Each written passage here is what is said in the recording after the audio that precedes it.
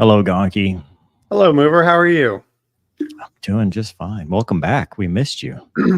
Thanks, man. The show was not the same without you. Wasn't the same without you the other week. I know. What are we doing? What is this? I don't know. I mean, we got Doug as the common denominator, but Doug is the only one that stays. I'll be gone next week. And then he's gone next week. But, you know, next week we've got Mace. So we've always got somebody stunt. Somebody whatever.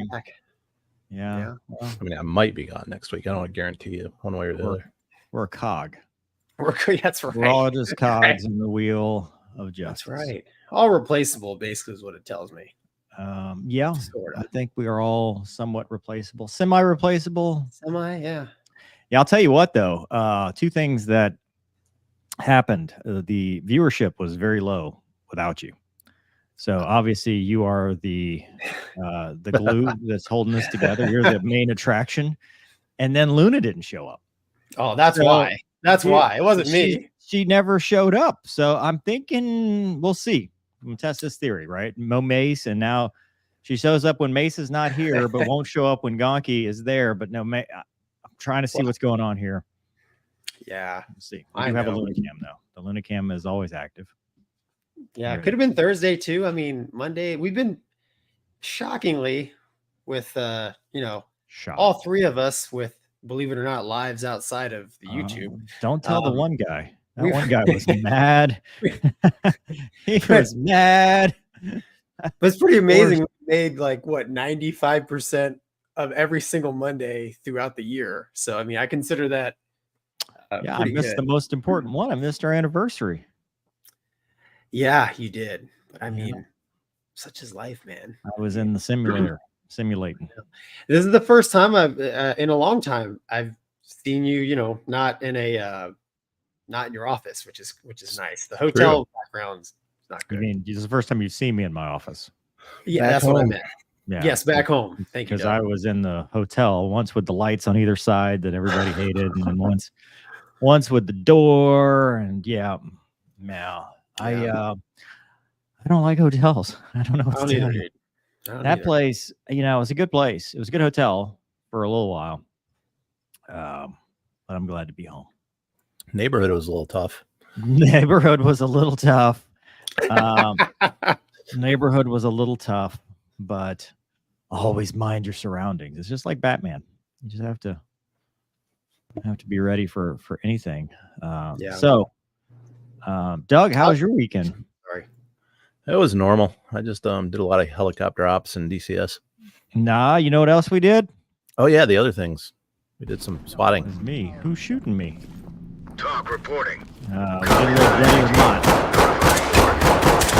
Your discretion is advised. I got shot a little bit. Well, I'm negative contact. Yeah, there's so I'm gonna stop it right here.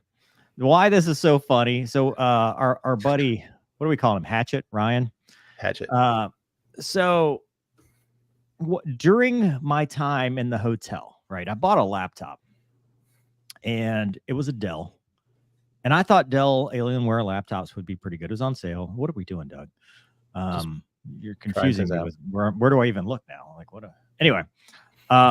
So I bought a laptop, and it was a gaming laptop. It's going to be able to do everything, keep the show going, edit videos, all that stuff. And about 2 days into my trip, it got the blue screen of death. And it was like the triple blue screen of death in one thing.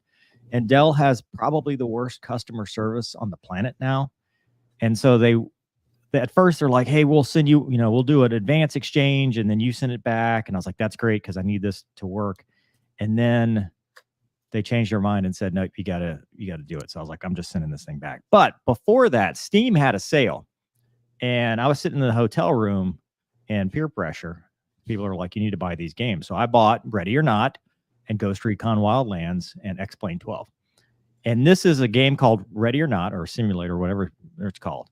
And you're LAPD SWAT. And so I'm like, well, I have a buddy who's a real SWAT guy. So I was like, hey, why don't we go play, and we'll stream it on Twitch, and you can teach us stuff. So the real SWAT guy, which is so hilarious, because Gonky, we've done real whatever does this. I know where this is going. This is the best. This is by far like one of my favorite clips from this, because if we back it up, we're in this like tunnel system for the meth dealer, because they've got 2 houses connected by underground tunnels. And the setup is we've kind of lost the whole team thing, and we're just a bunch of roving motorcycle gang members now. We're just all just doing our own thing. We don't know where anybody else is. But Doug and I, unbeknownst to everybody else, but still known to no one, we're running suppressed weapons, but we think everybody's running suppressed weapons. So what does that mean? If you hear gunshots, it's not our guys, it's the bad guy. So as we start this, I am being shot from some direction. Like I feel like, I'm getting hits, or it's coming close because it's making the little, red thing happen. But watch this. It's me. Who's shooting me? Talk reporting. Copy that. You hear the gunshots, right? I think it's a bad guy. I see a bad guy. I got shot a little bit. Doug says he's gotten shot too. Negative contact. We're negative contact. I see him. Oh, I'm dead. Why are you shooting? You were shooting me. Oh, was I? Yes. I don't think so. Yes. Oh, well, no. The shot stopped. That's him. Ruh-roh. Yeah, I shot my own dude. I got to owe a keg now for the blue on blue for the fratricide there. But guess, and it's funny right here. You see the oh, I lost him. Where is he? All right, you see the night vision goggles? I'm sitting here with this dude in my scope going, man, bad guys sure are high speed with panoramic night vision goggles. No, it's our dude. We fratted. So that was that's been fun. We're gonna keep doing that because it seems like people enjoyed it watching it. We had some funny times with it. I think Raymond's gonna come back and join us. Oh yeah, that'd be great. Yeah, he said he played FPSs with Raymond. Yeah. So anyway. But Gonky, how are you, man? It's been kind of a crappy week. I was thinking about this today because I knew we were going to do our intros, but it's like a couple weeks ago, I think BJ wrote in about why does it seem like, when you're trying to, in her case, become an officer and stuff, like why are the forces around? Don't dox her. Sorry. Why are the forces around you trying to drag you down? And I was, like the last couple of months, I've made a real effort just to try to be better, right?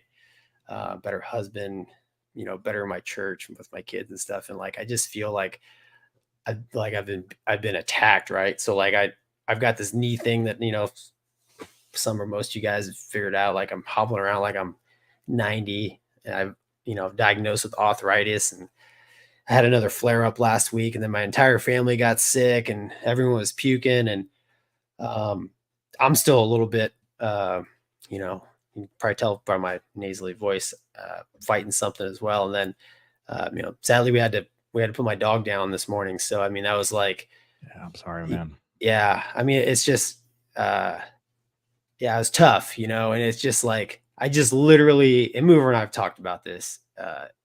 It just feel like sometimes no matter how hard you push, life just keeps kicking you harder back, and Mover, I know you went through all this, losing a puppy, 2 puppies, last year, which really sucks. But, he was a great dog. He was a huge blessing in my life. If it, I don't know. I can't say enough good things about him. He lived an amazing life for a dog.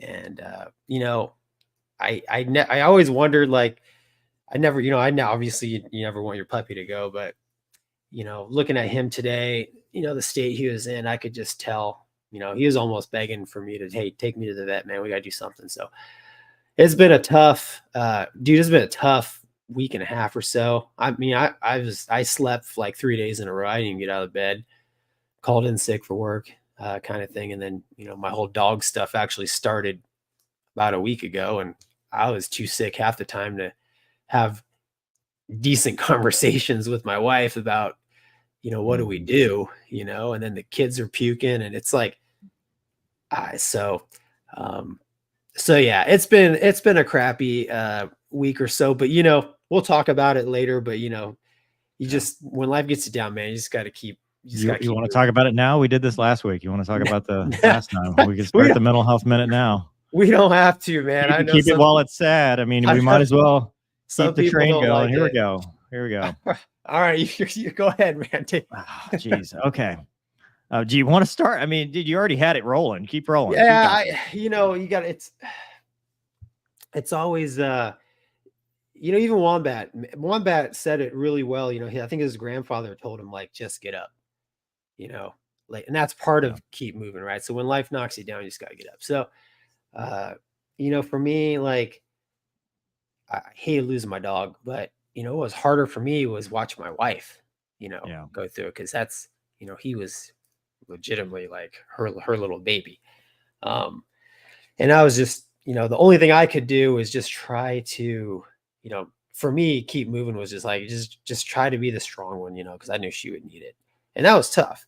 But, it's like Mover's like, hey, dude, I'll get, we'll get somebody else to take your spot on the show. But I was like, no, man, I gotta keep going. You have to keep, if you stop, a lot of times your mind will get you. Frenchie talked to me about this, when he was fighting cancer. I was like, Frenchie, you still going to work and stuff? He's like, yeah. I'm like, really? He's like, and he would tell me, he's like, dude, I got to keep my mind moving.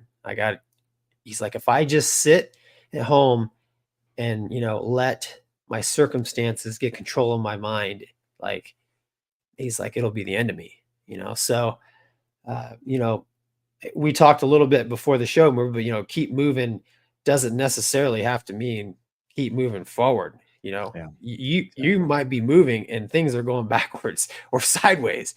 Right. But, it's like in the dogfighting world, when you are on the deck, out of airspeed and ideas, and the guys behind you getting ready to put the pipper on your helmet, like it's rammed in your head, you keep jinking. Yeah. Like, you don't give up. You keep moving. You, like, deck save. If it's a 20-degree turns, that's all you can do. That's what you do. And you keep moving, because the second you stop, that's when the music stops. And, this isn't the hardest time in my life.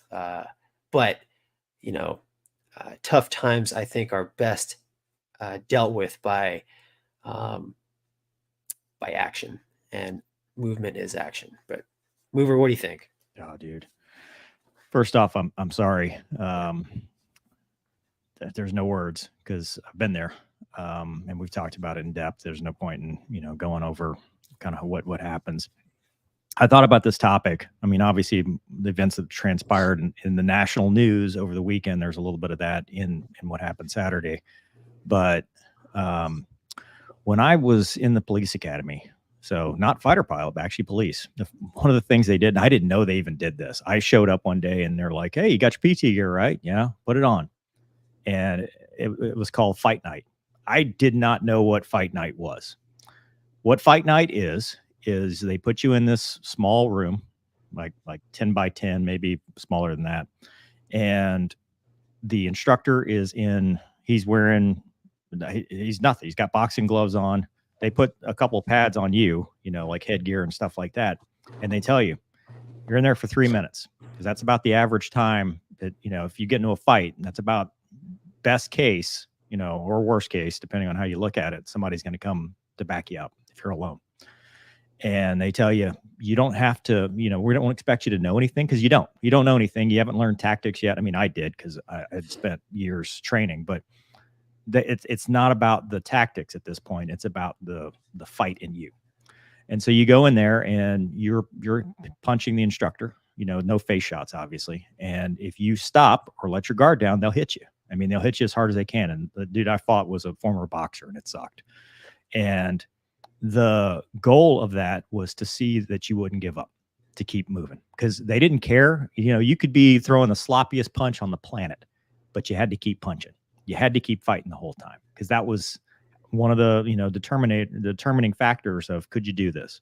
I think they've since gotten rid of it, changed it, whatever. But the point being is that was like step one. And that kind of put that mentality of, you got to keep fighting, because you're fighting for your own survival at this point. Then they talk about, when you get into more advanced tactics, room clearing, they talk about the fatal funnel. Anytime you're in a stack, you don't want to be the guy that freezes up in the doorway, because you're going to get everybody killed. You're going to get yourself killed and everybody killed, because that's that fatal funnel in the doorway. And then an attacker with a knife or even with a gun, they tell you, get off the train tracks, move. Don't just stand there. Get out of, you just move to the side. Just move some direction, get cover if you can, or get out of that danger area. And we do that in the fighter community too, where we don't just trundle in and get shot in the face. We go out, we try to, run away with confidence, as they say, because the idea is that you can regather your forces and turn back hot. And that's a mindset, the keep fighting mindset. And it's like Wombat says, never down, never out, which I think is a real good thing, because as long as you're breathing, you can keep fighting, you can keep moving. I went through it, and now, for the last 2 years, because this is actually like the 1 year anniversary of things getting a little better. A year ago, when we started this show, I was staring at losing my career and retirement. Like they had sent me the letter that said, you're going to be transferred to the individual ready reserve. Everything I had done to fight had failed. And the people that I thought that could help me did not. And I was kind of in a place. And I lost both dogs, and, the girl I was dating, that ended too, right at the exact same time. I mean, it was a pretty perfect storm. And so a year before that was where it had all come crumbling down, because, I did what I thought was the right thing and called attention to some things that I didn't think were right. And I paid the price for it. That's when they came after me. And that's when, we lost the helicopter slot, and, that's when that all started. And, they obviously, one day I will tell that story and I will name names and they will not like it, but, the truth's going to come out, but it's not right now. I use it as an example, because when it first started, what kept me going was I found something else. I found something to keep my mind moving. And that was, for me, it was the sheriff's office. I'd put off being a road certified deputy and criminal patrol for a long time. And I had a buddy that's like, hey, why don't you come out? We'll see if we can get you certified. And I did it. And it made me a better cop, because there were two parts to that. One, I used it as, I know what it's like to be a victim, to feel like you're a victim, to feel like, nobody's here to help you. And it made me more empathetic to that side. But then it made me cognizant of the fact that sometimes you can be wrongfully accused of something. And sometimes people can come after you, and it feels like it's unwarranted. So it kind of put me in this even keel where I was able to listen to both sides and try to help people. It made me a better person. But I kept moving. I kept going. I didn't stop. And because every time I stopped, that's when the darkness happened. That's when you felt like the world was collapsing. Because I'll never forget one of the things T-Bear told me. where he's like, hey, dude, this is serious. Like, if, you know, I've known people that have taken their lives over stuff like this. And I said, well, I hope this doesn't, I hope we'll get that far. But it's true. It's absolutely true. When you feel like the world is collapsing around you and you stop moving, that's when the darkness takes over. So having that outlet for me kept me going. And I had the dogs, I had the boys, I had Luna. That kept me moving forward. And then I turned towards race cars. You know, I met Battle Scarred Motorsports. That kept me moving. I tried to do the ARCA thing. That kept me moving. And unfortunately, the music stopped on the career and I lost. And the people that I thought were going to help me didn't. Until one day, the last, you know, fadeaway jump shot I could take, I applied for a position and one person said, you know what, I believe you. I believe you and I'm going to help you. And that gave me a second chance, but it was because I never stopped moving. I didn't give up. I didn't stop trying to vindicate myself. I didn't stop trying to fight to get that retirement because I was a couple months from sanctuary. I was at the home stretch and they were going to take that retirement from me. And what ended up happening was I took an IG job and I became the person that didn't help me, but I felt like I could help somebody else. And I used that to be good at it, to be able to listen to somebody and help them where nobody had helped me. And so that one person that actually, you know, saw something in me helped other people as a result. But it was through that movement that I was able to overcome it. And it was through that movement, you know, when the boys died, Luna and I were able to help other people because I said, I'm not going to sit here and wallow because I just lost 2 dogs. I don't want her sitting in the house by herself. And luckily I had a good PIO that said, hey, that's a good idea. Let's go do this program in the National Police Association and all that. But it's because we kept moving. So even when things are going wrong for yourself, by keeping moving, you can end up helping others. And if I had stopped, all that good we did never would have happened. All the people that I was able to help never would have been there. And I'm not trying to brag and say I'm helping a whole bunch of people. I'm just saying that, you know, I wouldn't be here talking to you right now if I didn't have people that believed in me, people like you, Gonky, that kept me moving, that kept saying, no, keep fighting, don't stop. Don't, you know, you can't stop. T-Bear was there saying, you know, keep fighting, send that letter, do the next thing, you know, do the next thing, you know, keep making them answer you, you know, even if it doesn't work. But then 2 years later, my face is in the Pentagon, you know, I mean, and it's because of, we kept moving, because Luna and I did the work. And because of her, it was vindication. All that stuff went away. You know, the flying part never came back and that's fine. But all the stuff that happened went away. It was all, you know, removed. Everything was done. And now the people that were responsible have to live with the fact that they tried and failed. But for me, that movement saved my life. And it's because I had friends. And so I always say, you know, if you talk to people, use your wingman, use the resources you have available. Military One Source is a great outlet. Your chaplains are a great outlet. Even when I thought, you know, even when I got the new job, the chaplain saw me and he goes, hey, dude, let's talk. And I told him the whole story. And he sat there and he goes, brother, you've had a lot on your shoulders. Are you okay? And that was the one thing throughout that entire process that always got me, was nobody from that chain of command at any time said, are you okay? You know, we're not, this is not personal, because it was personal. I mean, I knew it was personal, but a professional would say, this isn't personal. Are you okay? How do you keep moving forward? Because it wasn't a professional thing. It was a very personal thing. And it was by people that have evil in their hearts. But the people with the good in their hearts, immediately within a week of being there, said, are you okay? Let's talk. You know, how do we move forward? And those are the people that you just surround yourself with. And those are the people that are here to help. So always, you know, chaplain, Military One Source, 988, 911. I mean, I can't tell you how many awesome videos I've seen, you know, the cop and the guy on the roadside saying, hey, dude, I just need to talk. You know, have you ever seen the video of the state trooper hugging the guy that, you know, is on the phone with the military 988? I mean, it's like, dude, reach out. Somebody's going to be there. So that's all I got. Doug, what do you got? I keep threatening that one of these days I'm going to write a whole semester course where every lesson starts with a cliche. And some of them are like right on target, and some of them are terrible. When people say "fake it till you make it," it always bugs me because nobody should ever be faking it. But it's true. If you keep moving, keep your head up, keep acting like you've got something to do and you're trying to get somewhere, behavior changes attitudes. If your attitude is that you've still got something to offer, if your attitude is, I mean, just smiling when you're not happy inside, it's actually a thing. It changes your attitude. And if you want to have long-term attitude change, one of the best things you can do is either for yourself or for other people is like, put them in a situation where they're accomplishing something. It's for real. Awesome. You're muted, mover. Too many mics. I got too many mutes that I'm trying, but even something small, I got you. I mean, also, I wanted to say I was trying to catch all the comments that were supporting Gonky and supporting the message, and I couldn't star them all because we'd spend the rest of the hour reading them. But the support from the chat is just outstanding. Yeah. Awesome. Yeah, we do have a couple chats though. We got. Is this on topic? It will be. Great to see Thomas. I'm going to go backwards. Thomas says, great to see the crew back. Thanks for the mental health minute. It took me a long time to get a new pet after a death, but he's called Tomcat. Yeah. Tomcat. I love it. Yeah.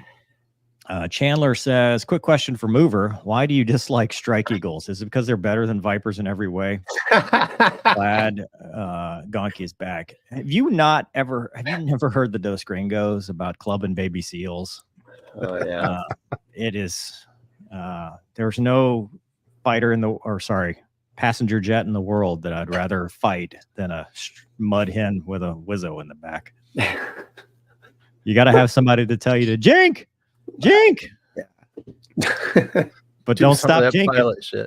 Don't stop jinking. That's right. Don't stop jinking. And then I don't know why this is tagged, Doug. Laura says that's for later. Dude. Well, I read straight from the teleprompter. Yeah. Pause. Yeah. Pause. Pause. Wait for the applause. Is this my? Did you just assign? We haven't assigned anything. So no. I'm doing this. Here, I can do it. I got it. Hold on. All right. But you can narrate. This is our first topic. Are you going to bring it up? All right. So that's what. Apparently in Japan, this is Marine F-35B. Hold on. Well, I don't have it yet. You're narrating nothing. Here. Hold on. The trains come off the tracks. They get off the tracks together in a while. That's what she said. Clearly. Exactly. Well, you can try it from me. It's a video, but I've got it. I got it right here. You got it? All right, hit play. Are we playing? Doug. Is that me? How about now? All there we go. Ah, it's the end, dude. Go back. My family waited. Oh, okay. There we go. F-35B in Japan. It's Marine jet. I guess this is how you egress out of a.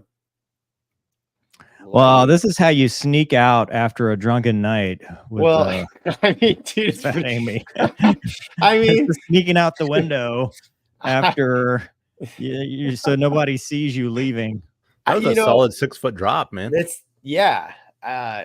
It is, and the wing didn't flex when he was running out there. I like to poke fun of the F-35, but that's actually the exact technique that you use to egress a Hornet if you don't have anybody to put the ladder down. Or the other technique that we were taught is slide down the nose and off the front. But yeah, wow, Mover, what do you think? Yeah, I mean, you wouldn't do that in the Viper, typically. Could you get? Does the steps come down in the Viper without? No, there are no steps. There are no steps. But you can use the. What jet was that? Was that the T-38 where you could use the straps to rappel yourself off the side? The 38 was low enough. You could jump out of that bad boy. Yeah, but what had steps though? You could kick the step out, right? Yeah, because they just. Dude, has it been this long? Did they? I can't remember. Did they fold into the fuselage or? Yes. Now let me think about this. The Viper, you could get out. You didn't have to, I mean, you couldn't cross. The Hornet was the one you went down the Lex in the wing and, you know, shimmied your way down. Right. 'Cause So that's tall. The Hornet is taller than the F-16. yes. And I don't, just thinking about all the F-35s I've seen, I think every single one of them been similar to the, wait, it has a ladder that comes down, doesn't it? Yeah. Yeah. I don't know. The You must Viper have does not.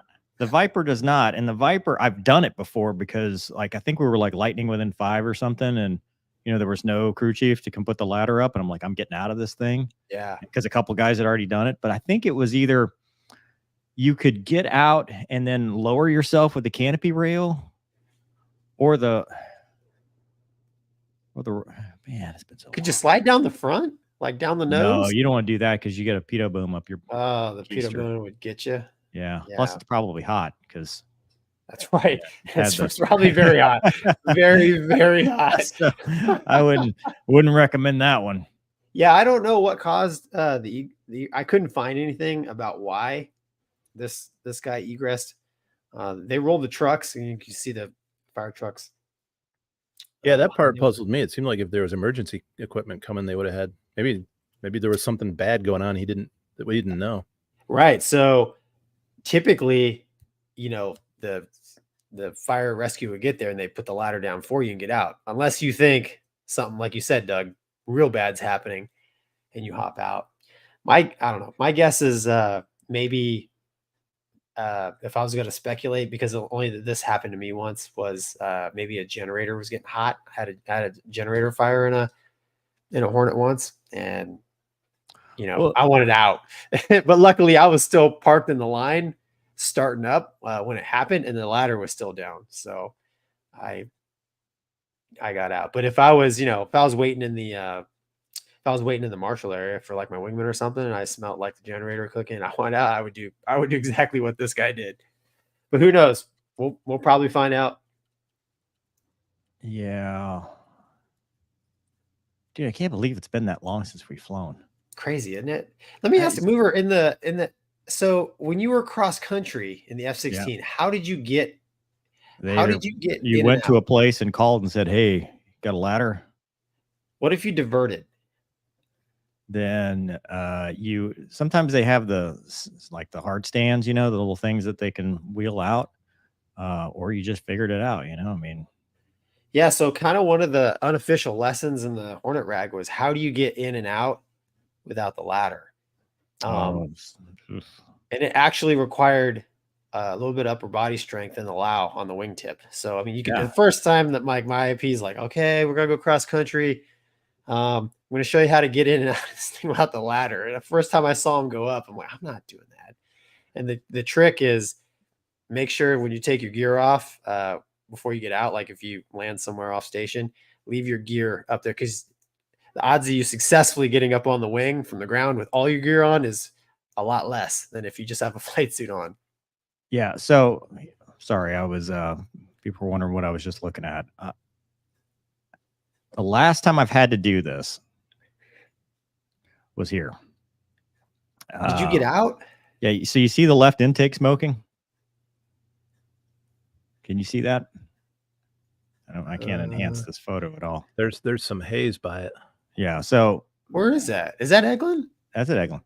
So I was coming back from it was like an early return. Dude, this is probably one of the reasons the T-38 started its train of torture for me. I was going out to the airspace and it was a bleed air problem.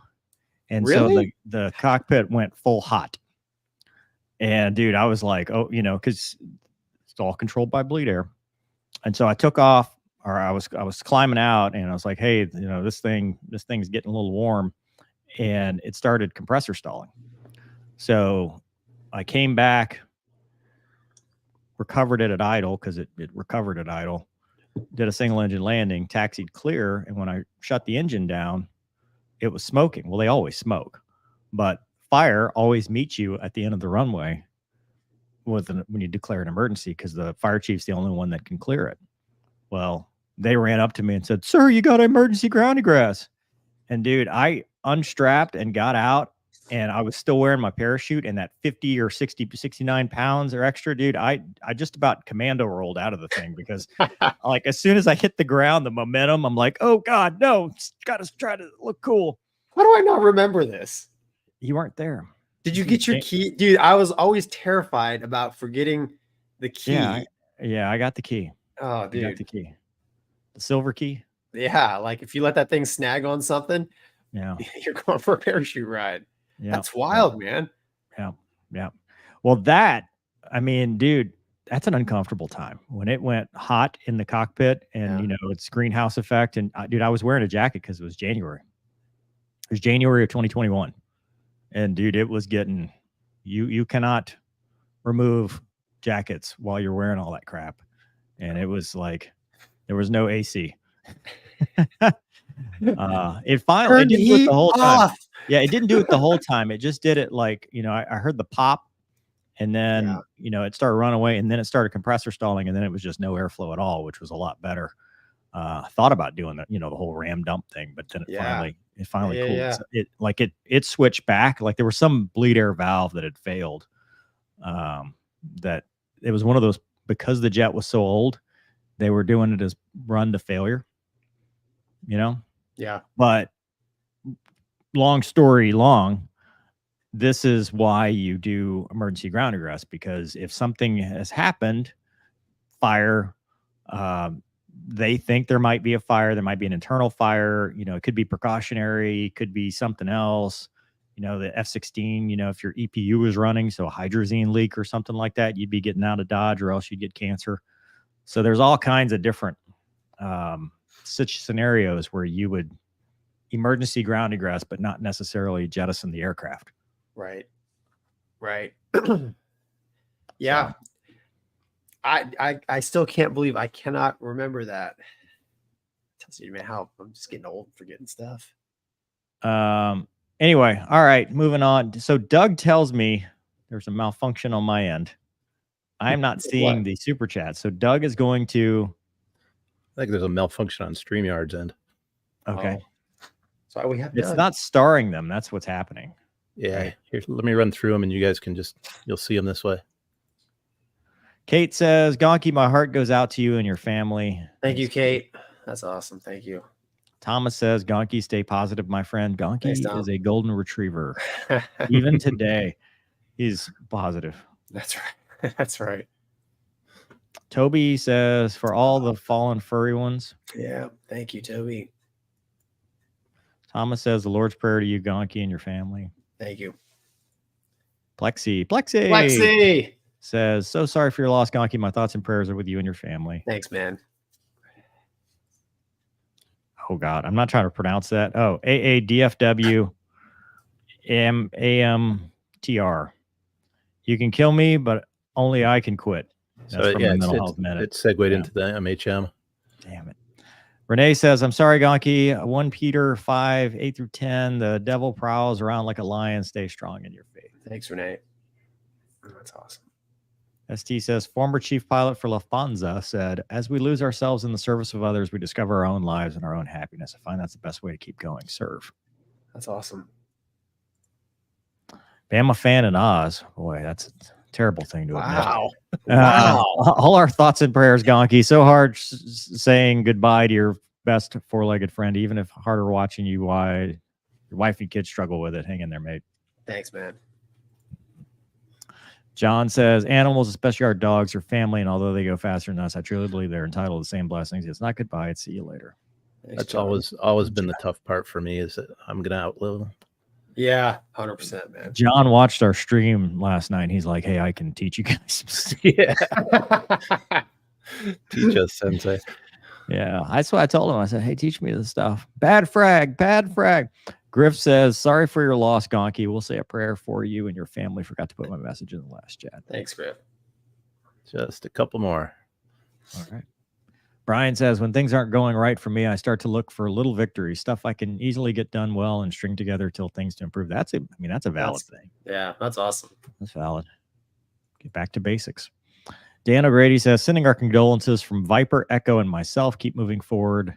Thanks, man. Gonky. I appreciate that. And that little pup looks cool. Yeah, he does. And if you posted one and we didn't get to it, I'm saving some of them for later so that we don't just do this the whole night. So yeah, all right. that's where we are now. Okay. What are we going to talk about? What is this? Skill or luck? Is that Oh, yeah. Okay. Yeah. Go ahead. We'll try it from my end. All right. You got to make it big, sir. Oh my God.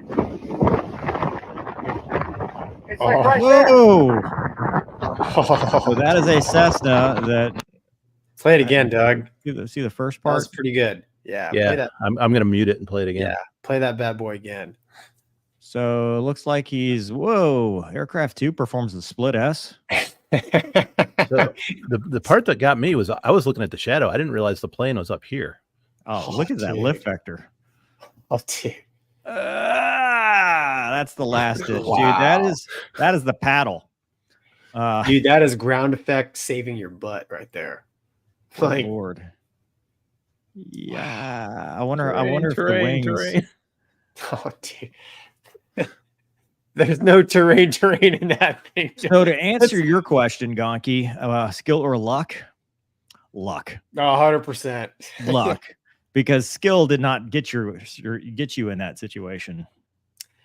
Yeah, I'd have to watch it a couple more times, but it's like how did he get to 60 degrees nose low? Do you know what I'm saying? Like, how did you get there, man? I'm not 100% sure on the backstory. I do remember this, that he ended up like finding another valley and landing somewhere else.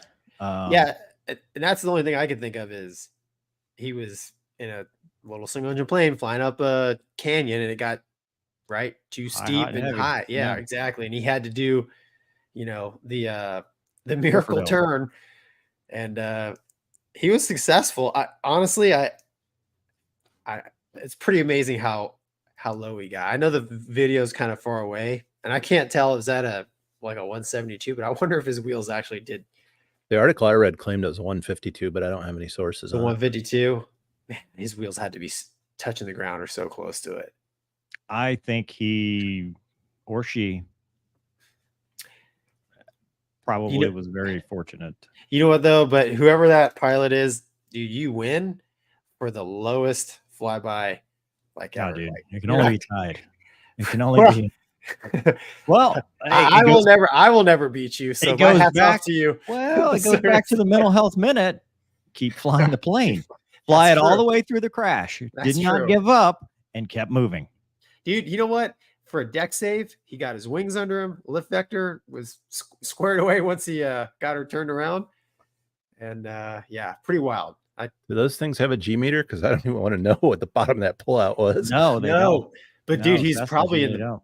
it's probably in the buffet. I mean, Is there a buffet? I don't think he's before. I think it's that stall horn is probably blaring as he which is those airplanes have maneuvering speed, right? So like if you're below maneuvering speed, he's probably all the way back on the old yoke, and the thing is giving it all it can.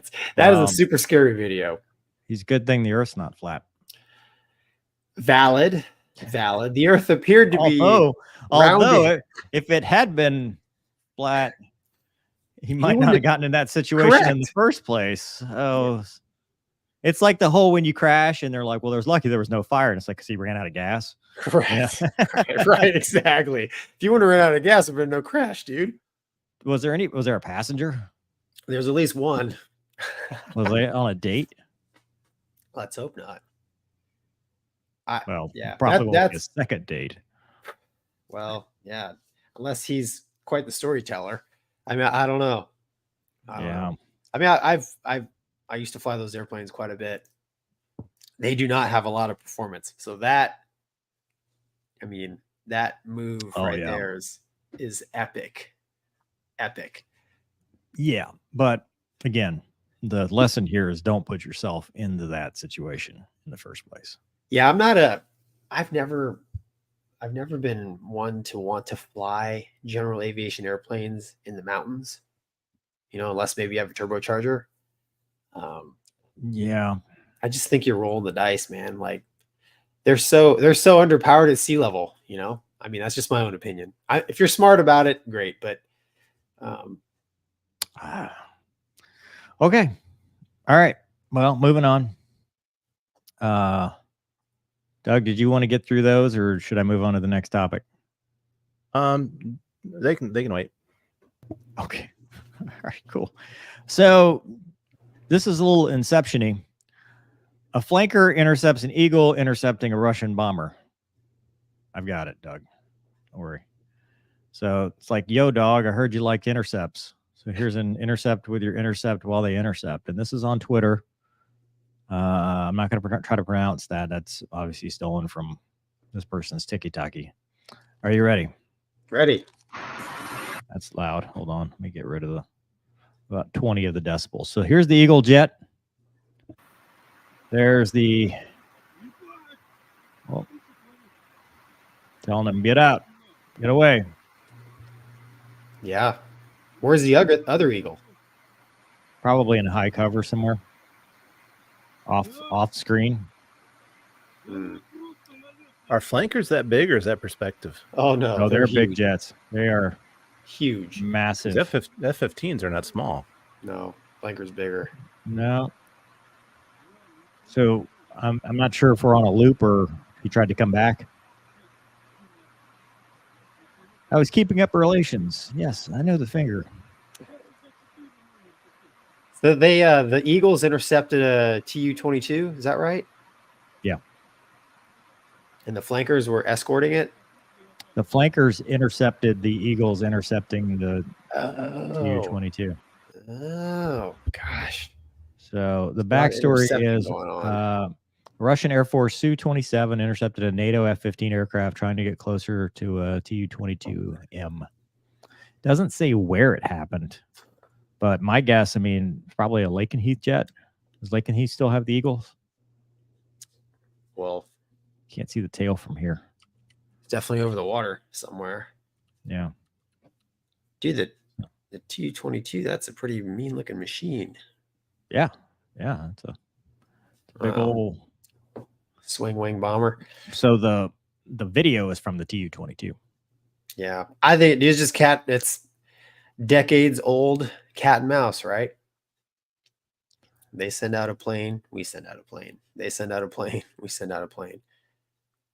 Yeah, I mean, this is like a daily occurrence, just about, right? I mean, it used to be. Well, that we know of, right? I mean, it only makes the news when cool videos show up. Yeah, yeah, exactly. I mean, but I mean, you've done intercepts like this before. So what would you do if you? I mean, to me, just when that flanker kind of starts turning into you. Like, I hope there were some hand signals involved, you know, before, because I mean, it just looked very coordinated. The fact that he's like, okay, you know, I'm going to go this way. Yeah. And honestly, it really depends on the, what the driver is for the Eagle pilot, right? I mean, if it's just, hey, go out there and see what this thing is and report back, you know, okay. Yeah. Hey, it's a Tu-22. All right, cool. Hang out, you know, whatever, come back whenever. Then it's pretty, you know, if the flanker butts, you know, head butts you, then you just peace out. But you know, if you're told, yeah, that's what it looks like. Yeah, that's what I think it is. I think it's just, hey, go out there and let them know we're here and we can intercept them.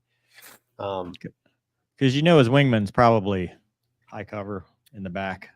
That's what we used to do. I mean, one jet would go down and escort, right, or ID, and then the other jet would hang back with, you know, if need be, you know, a weapon queued up or something, but everything's all safed up, right?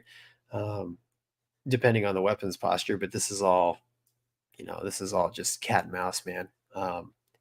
I wouldn't expect anything less, honestly, if I'm the Eagle pilot and you're flying out there, and hopefully the Eagle, I'm sure there's more than just one of them. Hopefully they got tipper, hey, heads up, couple flankers coming out, you know.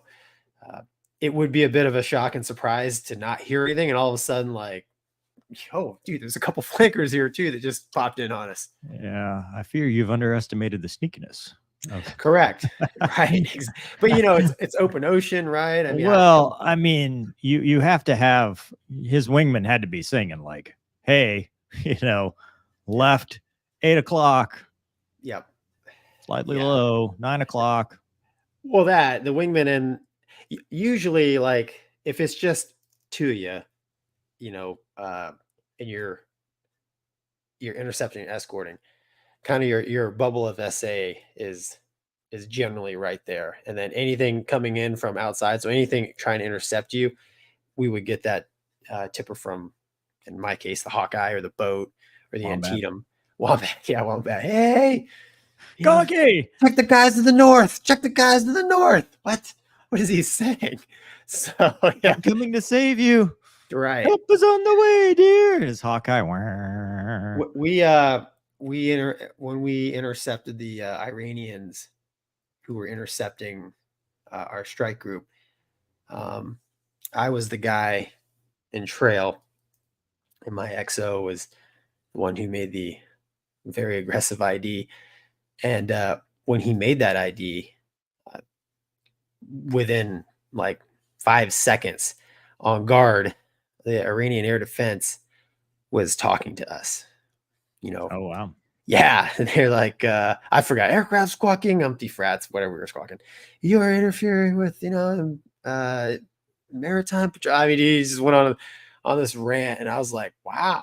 I'm like, okay, well, they're talking to us. That's amazing. I'm not going to say anything back. I'm just going to hang back here. The XO I don't know what to say. Right. XO, if you want to talk to them, they're up on guard. Yeah. So he didn't say nothing. So, but yeah, so I mean, dude, it's cat and mouse at this point. Hey, hopefully, there's no more fighters running into P3 kind of things, because that kind of sucks when you start bending metal. But yeah, I don't read anything into it, man. That's why I say when he started turning into that eagle, I'm hoping there was something, right? There was some kind of acknowledgement, hand signal, something. Yeah. There's more to it than just what we're seeing here, whether it's on guard or hand signals or something. Or those guys could have been, headed back home, right? And the Eagles are just flying along with them. Or it's fake news, and this is from something else where they were working together. This is not anything this is not an intercept at all. It's something, it's from something else, because it's on the internet, right? Everything is true on the internet. Dude, you know me, right. I'm the guy that questions everything. So all right, I'm just trying to help you out, Gonky. I'm trying to give you that little spark of non-belief. Yeah, there's an R Baltic Sea Reddit, and these guys got together ahead of time and arranged it. Yeah. Let's make some news. Let's get on the Mover and Gonky show. DCS was the other thing. Douglas, sir, hit it. You want me to go with the comments? Yeah. Alrighty. Oh, am I reading? Brian the Brain. That is quite the avatar. That is says, wild. Hey guys, taking my ASTB next week. Recruiter said he didn't know. Would you happen to know if very minor scoliosis is a non-starter medical wise? I don't know. I don't know, man. I would let make them tell you no. That's right. Yeah. I mean, you'll figure it out. I mean, you're just going to lose a day of your time. Right. If it is. If not. Right. And then if they tell you no, see if there's, I don't know anything about scoliosis and whatever, but see if there's a waiver, start going down that route. Yeah. I'm going to throw in 2 cents on this one. My wife is 61 and has untreated childhood scoliosis. Do your exercises, get it corrected, anything you can, because 20, 30, 40 years from now, you're going to hate it. All right. There you go. Good luck, man. Yeah. Jesse, is that a WRX? Is that a Tiger in the back? I believe it is WRX. I can't speak for the jet. Something with really swept wings. It's the Blue Angel. Blue Angel, yeah. Yeah, it's the old. Is that Tiger? Well, anyway, Jesse says, hey, I have a friend who failed ocular color vision test for colorblind. Any advice for him? Go to the Navy. Yeah, color. Oh man, that's a tough one. He wants to fly already. Has his PPL. Thank y'all. Well, it's time to go get that airline seniority number. Well, if you Mover, isn't it the same book? Like when you get your FAA medical is when you get your military medical. It's like, hey, 26, 32, nothing on that one. don't think I've ever had a color. You have color vision tests on your FA medical? Yeah. I mean, dude, it's like it's the exact same book. I should have the numbers memorized by now. It's like, really? Yeah, dude, it's like a bunch of colored dots. Well, the Air Force isn't using that anymore. Is this Air Force or Navy? Because the Air Force is using that computer thing. It's different. I swear I did in the Air Force too, man. I don't know. Well, it used to. It used to be. Yeah. And then the Air Force switched to the computer test. What do they do on the computer test? I don't. Oh, you got to log in, and it's a lot harder. Really? Yeah. I had to do it at Belchase. Really? Mm-hmm. The Air Force one? Mm-hmm. Yeah. I don't know. Jesse, I don't know, man. I would talk to his eye doctor. I mean, if he has a private pilot, because can you be colorblind and be a airline pilot? I don't know. I mean, colors are kind of important. I mean, like generally red is bad. So if you can't see red, that could be a problem. But maybe post it in the Facebook group, see what else other people say. That's good advice. Post it in the Make Them Tell You No face group book. And I'm sure that question has come up before. Yeah. So we do the plates, pseudo isochromatic plates. It's a book, 30 inches from the applicant. Yeah, the book, right? You just flip it and it's got like numbers that are kind of embedded in. Yeah. There's always one where there's no number and you're like, oh, there's no number. And they're like, yeah, that's right. And they keep going. Mm-hmm. Yeah. Yeah. But now there's a RCCT. Is that Air Force? No, there's a whole bunch of like computer colorized tests. There's a whole bunch of stuff for approved for airmen. I'm looking at the FAA. So what I'm saying is it could be a different test than what the Air Force gave him. And that one is more difficult to pass than the one that, like, he's not saying he's colorblind. He's saying he failed the color vision test. That's two different things, right? You can fail a color vision test, but not necessarily be colorblind. That's true, because I failed the depth perception test before, and I'm not. Oh, just about every time. Yeah, that's right. That's 100%. And the hearing test. And the hearing test. Yeah, just all these stupid tests. Yes, of course. Yeah. But so that's what I'm saying. Like the FAA one is different, at least mine, where I don't think we do the computer. Well, we don't do the computer one. It's the book. And I think the Air Force one is the computer one now. Yeah, Jesse, I think Doug's got some good advice. Put that question in the Facebook group, and you'll probably get some better answers. Go get your seniority number.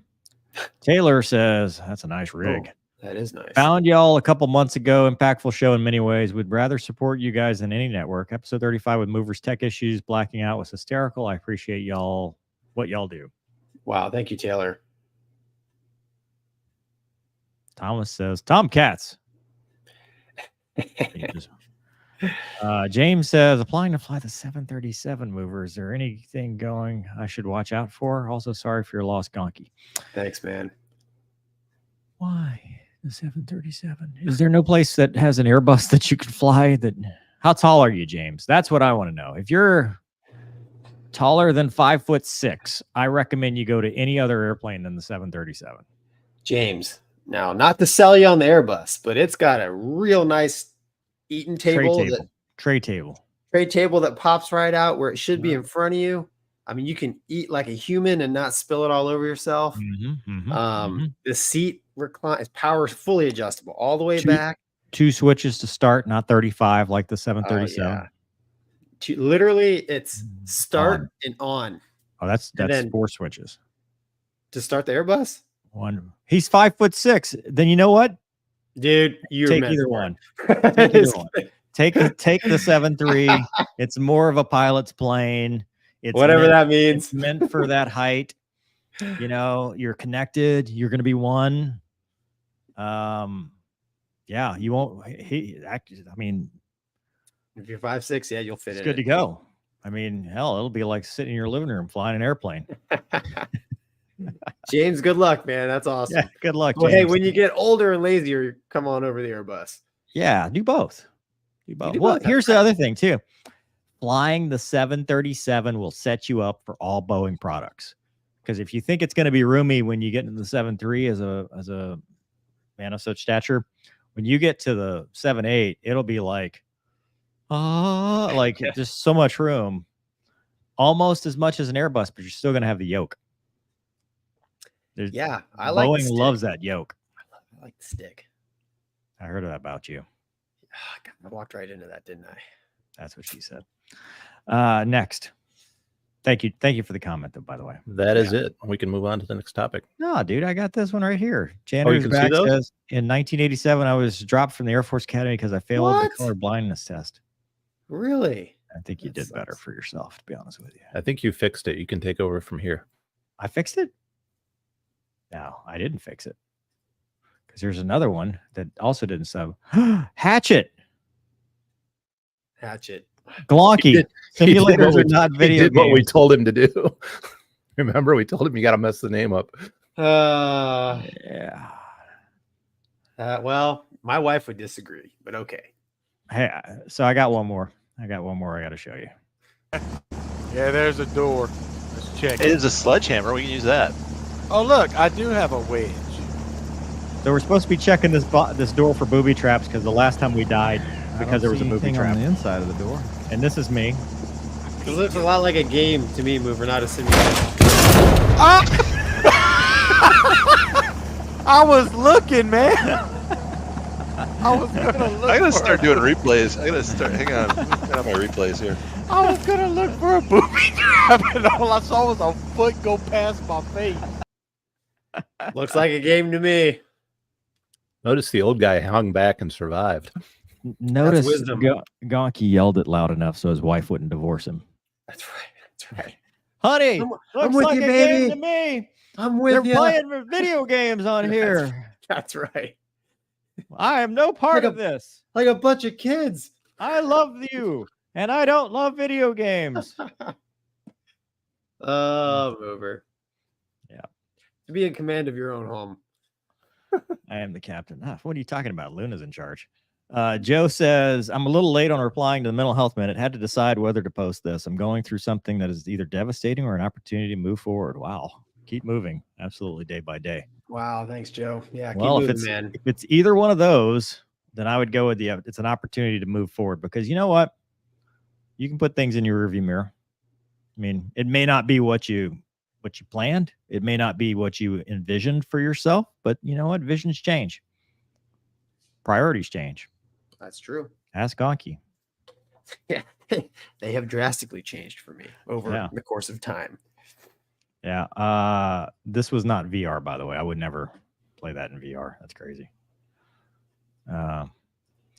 Corvette World Rob says, well, I need to follow you on Twitch now. Still doing GTA 5. So Hatchet does have a 5 PD server. We're going to do that eventually. But so we're going to start streaming tentatively at 7:30 Central Time on Saturday nights. Right, Doug? Is that what we said? Okay. Okay. Well, then I guess we've just said it. I talked to Raymond today, and he's going to be in too. You guys remember Raymond? He's good. He's also been through, I'm not going to air his stuff, but he's been through a lot too. So you guys keep him in your thoughts as well. Dude, it's just going around, man. I mean, T-Bear's been through some stuff. Yeah. You've been through some stuff. I went through the ringer, last 2 years, and Yeah. knock on wood, I mean, like, God, thankfully get a breather, but it seems like everybody has some level of adversity, loss. I mean, dude, it sucks. I want to know the disposition of Raymond's cub. It wasn't his cub, was it? What was his dad's?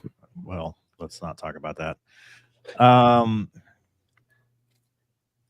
Speaking of bad news, Gonky, this was yours.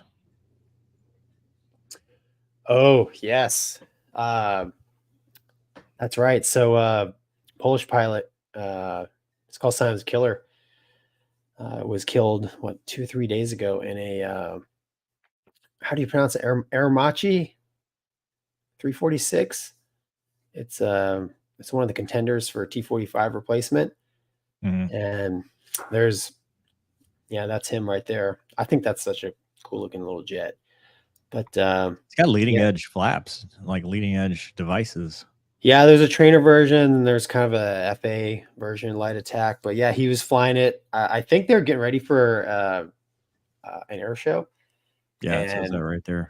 All events related. Yeah, and it looked. Yeah, honestly, when I you can watch the crash on the YouTubes, but it just kind of reminded me of how Coos was killed. He just started a split S too low and didn't have the like at a spin or something, wasn't he? No, man. I mean, the video I saw, he's basically trying to do a split S, scoop it out the bottom, and it's it didn't have enough. But yeah, unfortunately, he was killed, and he was one of their more experienced pilots, I guess, from the articles I've read. But nickel for him. Thoughts and prayers to him and his family, because I'm sure, man. I mean, the Polish Air Force is probably a pretty tight knit group. All air forces are, in generally speaking. But it's very sad when something like that happens, especially in preparation for an air show or something, because that's it's supposed to be a good and fun time, right? Not when they have that event now, it's like, well, it's always going to be a reminder. Yeah, marked right. But so you did. I mean, you were a demo pilot, so I mean, is this something? I mean, obviously, for the people at home, right? You're not making up maneuvers as you go, so every part of that is scripted. So what usually leads to stuff like this? Usually just I did. In Coos's in Jeff's case, I'm sure is just from like the Blues and the Thunderbirds. They go to different airfields, so they have different elevations and whatnot. And when you're dealing with altimeter settings and all that stuff, and the Hornet has a rad out, but your top at your min altitudes to start in those low maneuvers, that altitude number might change, right? So maybe getting that mixed up. We had a couple guys get killed when I was part of the demo team, and basically what that was he just entered one of the maneuvers too fast, and the airplane, when you see a mover can back me up on this, but all the slow speed stuff that wows people, like you have to be below certain airspeeds for that to happen, because if you try to do like a Cobra and you're doing 500 knots, the jet's not going to do a Cobra. It's going to do a 12G turn, right? Because it's flying, right? It's not mushing off. Right? It's not mushing through the air. So, in our, the guys that were killed when I was on the team, they entered the maneuver too fast, and the airplane flies differently when you do maneuvers at different speeds. Yeah. So there's all kinds of reasons, mover, but a lot of them is just a lot of the mistakes I think are, as long as it's not a midair, are recoverable if you have the altitude. And unfortunately, because it's aerial demonstration, you're trying to keep it low so the crowd can see, and you don't have that luxury. So, but yeah, I would imagine, I haven't done one, but I mean, there are a lot of parameters that just one small hiccup, airspeed, altitude, G, AOA. I mean, especially go back to G, I remember just BFM, right? I mean, because I went to an air show as a static display, and I was watching the Viper demo guy going, dude, if you have a bad day, you're going to have a bad day. Oh, yeah. If you're not on your game in something like that, and again, I'm not speculating to this crash. I'm just saying a demo pilot's life is very controlled, it seems like, but also very much, the margin for error is very small. And so, if you have a bad day, altitude, airspeed, G lock, all that stuff. I mean, and we've seen all of these. I mean, look at the Thunderbird that jumped out right before impact, and wasn't that the field elevation? Wasn't that the whole thing? The altimeter setting versus the field elevation was kind of and it was exactly what you talked about it just wasn't set right. So, and we've seen the G locks not in air show, but in practice for an air show, going from that push pull and stuff like that. So anytime you're doing stuff close to the ground, one thing I wanted to ask you, because I saw this as a comment, and the immediate response from some people is, well, why are we doing air shows anymore? And so, I mean, I don't like knee-jerk reactions when something like that happens, but then people are like, well, we've lost so many people doing air shows. Why do air shows anymore? Gonky, how do you respond to that? Well, I mean, air shows, I think, are very important for two reasons, mainly to inspire the next generation. Yeah. Because I'm not one of them, but there are a ton of people that, it's like, hey, what sparked your interest to be a pilot? My dad took me to, or my parents took me to an air show.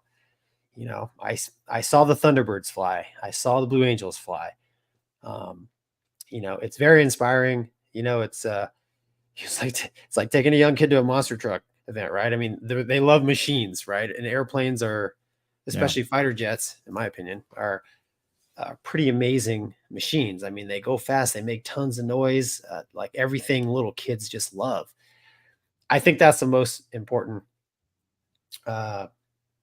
part of air shows. Secondly, I think the demonstration part is important. I mean, I think a lot of companies we'll talk about a little bit here later, but in an effort to sell airplanes. I mean, yeah, that's the Paris Air Show, Farnborough, like all that's right. Like how many times have you heard, Boeing just made an order of 300 airplanes for, after the air show or whatever. Right. Exactly. So, it is money making for these, these aerospace giants. So I would argue that air shows, they can be safe. And I think they generally are pretty safe. The companies like the Boeing guys that are doing like the F-15EX roadshow. Oh yeah, we got that video coming up. Right. Those guys, I mean, that's their thing. That's their baby. I'd ride in the back, no problems, have no heartburn. To be honest, I think the way the Navy does the demo is a little bit, there's a lot more rope that you can hang yourself, because so in the Air Force, to be a demo pilot, if you're accepted, say F-16 demo, that becomes your job, right, Mover? Oh yeah, it's your whole. That's your deal. Job. And how long is that tour? I don't know. I mean, we'd have to get rain on probably a couple years, 2 years at least. Yeah. Right. But that's all they do. Right. Yeah. So I'm a rag IP during the week. And they're like, you're a reserve deputy over here. Correct. Yeah. Now, I was on the B team, but we still did some aerobatics down low. The guys that did the full show, so the A team, they would have a couple practice sessions, but it was, they're also rag IP during the week. And then, like one practice before a show and away they would go. I'm not saying that's how it shouldn't be done, but it's definitely not as focused. And I understand it because the Navy doesn't have the manpower, to have a designated, Raptor team, A-10 team, just like the Air Force does. So I don't think the Navy should change, but it does lend itself to a little more opportunity for mistakes. And, part of the fallout from the investigation from our accident that we had when I was on the team was the fact that, hey, you guys were doing maneuvers that really you didn't have a lot of training for, because we just basically pirated the Boeing Super Hornet demo. Wow. And so for us, it was the loaded roll, that they messed up. And, they have since taken it out. I don't know if they put it back in, but yeah, that was kind of one of the fallout things that came out of it was like, hey, we better take this out because we're not, the Boeing guys, they train better for this. So I'm not knocking the way the Navy does it. I don't think they should change it, but like I said, it definitely lends itself to a little more, a little more chance to, for something to go wrong. Yeah. Did you go through yeah. So like the demo team, there's a syllabus and then you have to perform it in front of COMAC. is that same thing? Like your sign off is you've done it in front of an admiral somewhere, and that's you're good to go. Not the admiral. You do it in front of there was the skipper and the commodore. Oh. And then there's like a JO who's in charge of the demo team shop. He's out there. Agenda. Yeah, no, not a random. He's on the team. And actually, dude, the guys they crashed the airplane on that check ride. Oh, so that was the final show. That was the check ride. Yeah. Yeah. So, I mean, dude, it's like Skid said, man. You could be on your best day in the best airplane, and it can still get you. But right? but yeah, there by the grace of God go I. It's tough. It's hard to see it. And then we've got from the audience, Thomas says, I'm Polish. God rest his soul. And that I hate to say at the end of the day, but really, when this is all said and done, these are humans. These are real people. They have families. They have friends. There are people that are feeling the loss right now. So, our thoughts are with them because, you never want to see that. It's just, the difference is with airplanes, everybody knows about it. It's not like when a car crash where maybe a local news or something like that, when you crash a jet, it becomes a thing. So that's unfortunate because the family now has to relive it. Like you said, every time that air show comes around, and it's going to be anniversaries and stuff like that. But we do send our thoughts and prayers for those people. Yep. Yeah. Very sad. All right, Gonky. This one's kind of a short topic. Doug, I see you already have that. So this is kind of unverified, and I haven't seen anything beyond. We've talked about this possibility before. Yep. And the Front Ukrainian Military News says Ukraine is negotiating with Sweden on the transfer of Gripen fighters. Deputy head of the Office of the President of Ukraine, Zavka. And that's a very pretty picture of a Gripen. Great looking airplane. And there's no amplifying data on this. And I just wanted to talk about it because we've talked about how suitable we think that the Gripen is. But as has been pointed out to us in the comments, as we've seen in our articles and research, the biggest problem is where do you get them from, right? It's not like they're making Gripens, but they're mostly sold units for other places. So where are these aircraft going to come from? And I mean, is it a transfer from the Swedish military while they get new ones? Is it because that's how it's working with the F-16s. And also, is training where's the training going to happen and all that? Because I think it's a great aircraft, especially with their ability to take off and land, be kind of self-sustaining, rearm highways, wherever you go. Really awesome capabilities. 9G jet, good to go. But I wonder, how far into negotiations this is and how confirmed it actually really is. Yeah, I tried to find some amplifying data as well.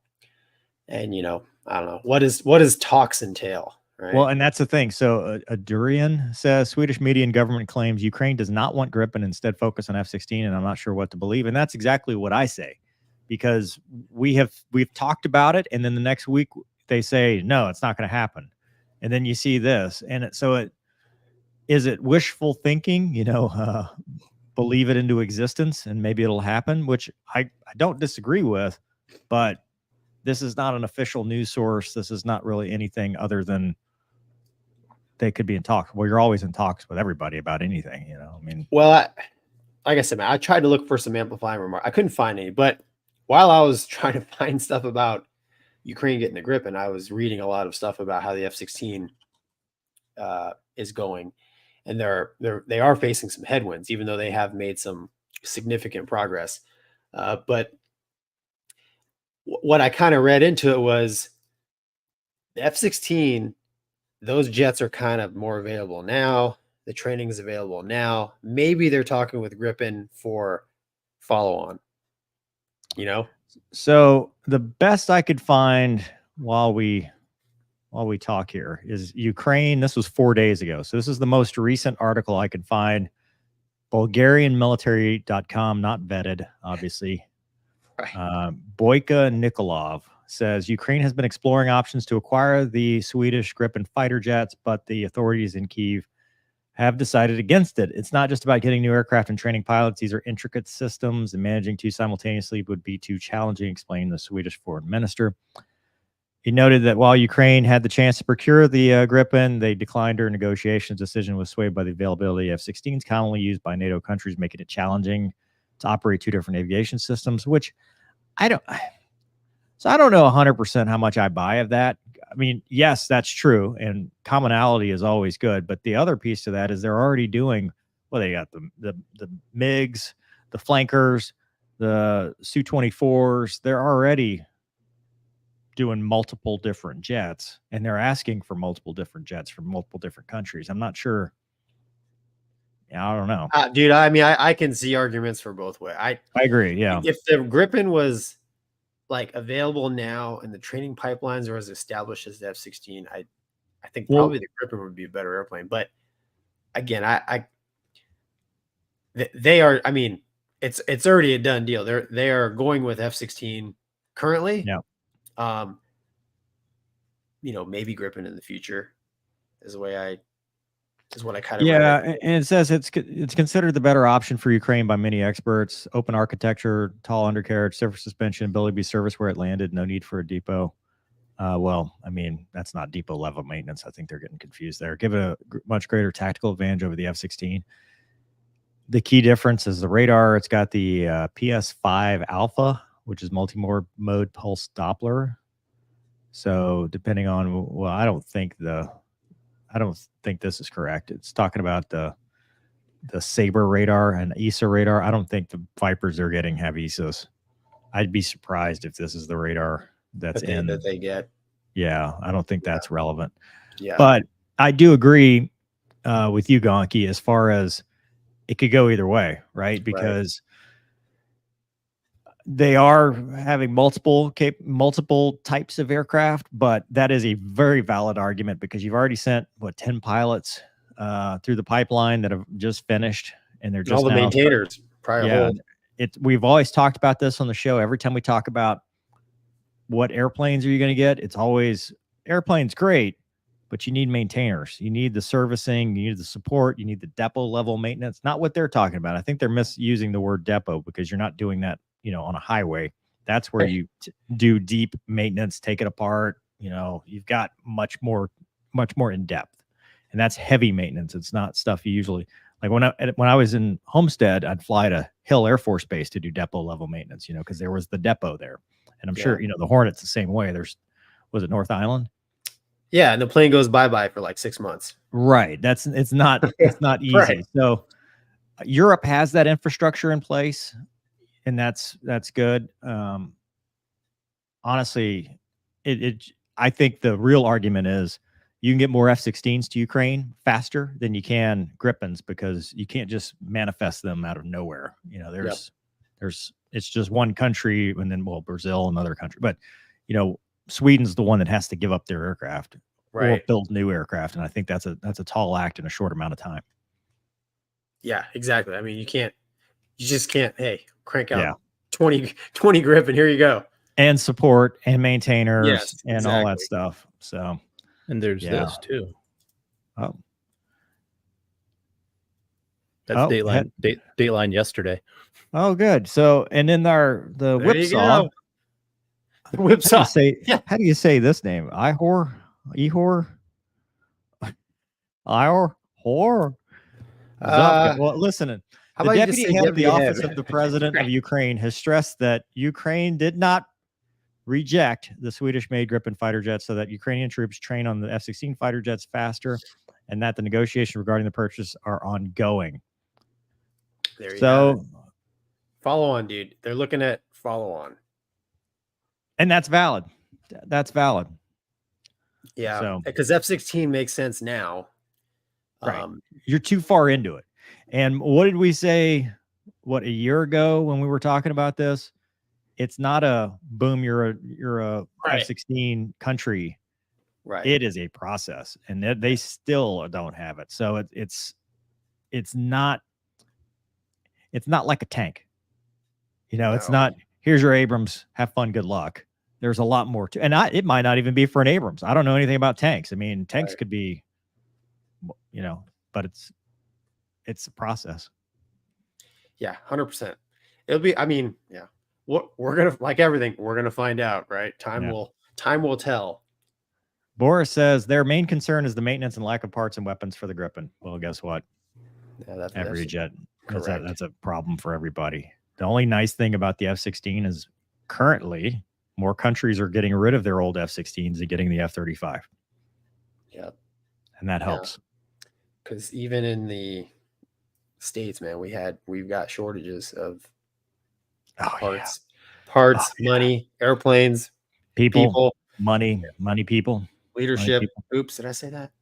Sorry, keep going. You sure did. Keep going. Give you a pass. My give you a pass today. I gets a pass for all things legal reasons. This is a joke. Gonky, or sorry, Doug, do we have any more? Here we go. How many drones for 10 F-16s? Also valid. Yep. Also valid. Yeah.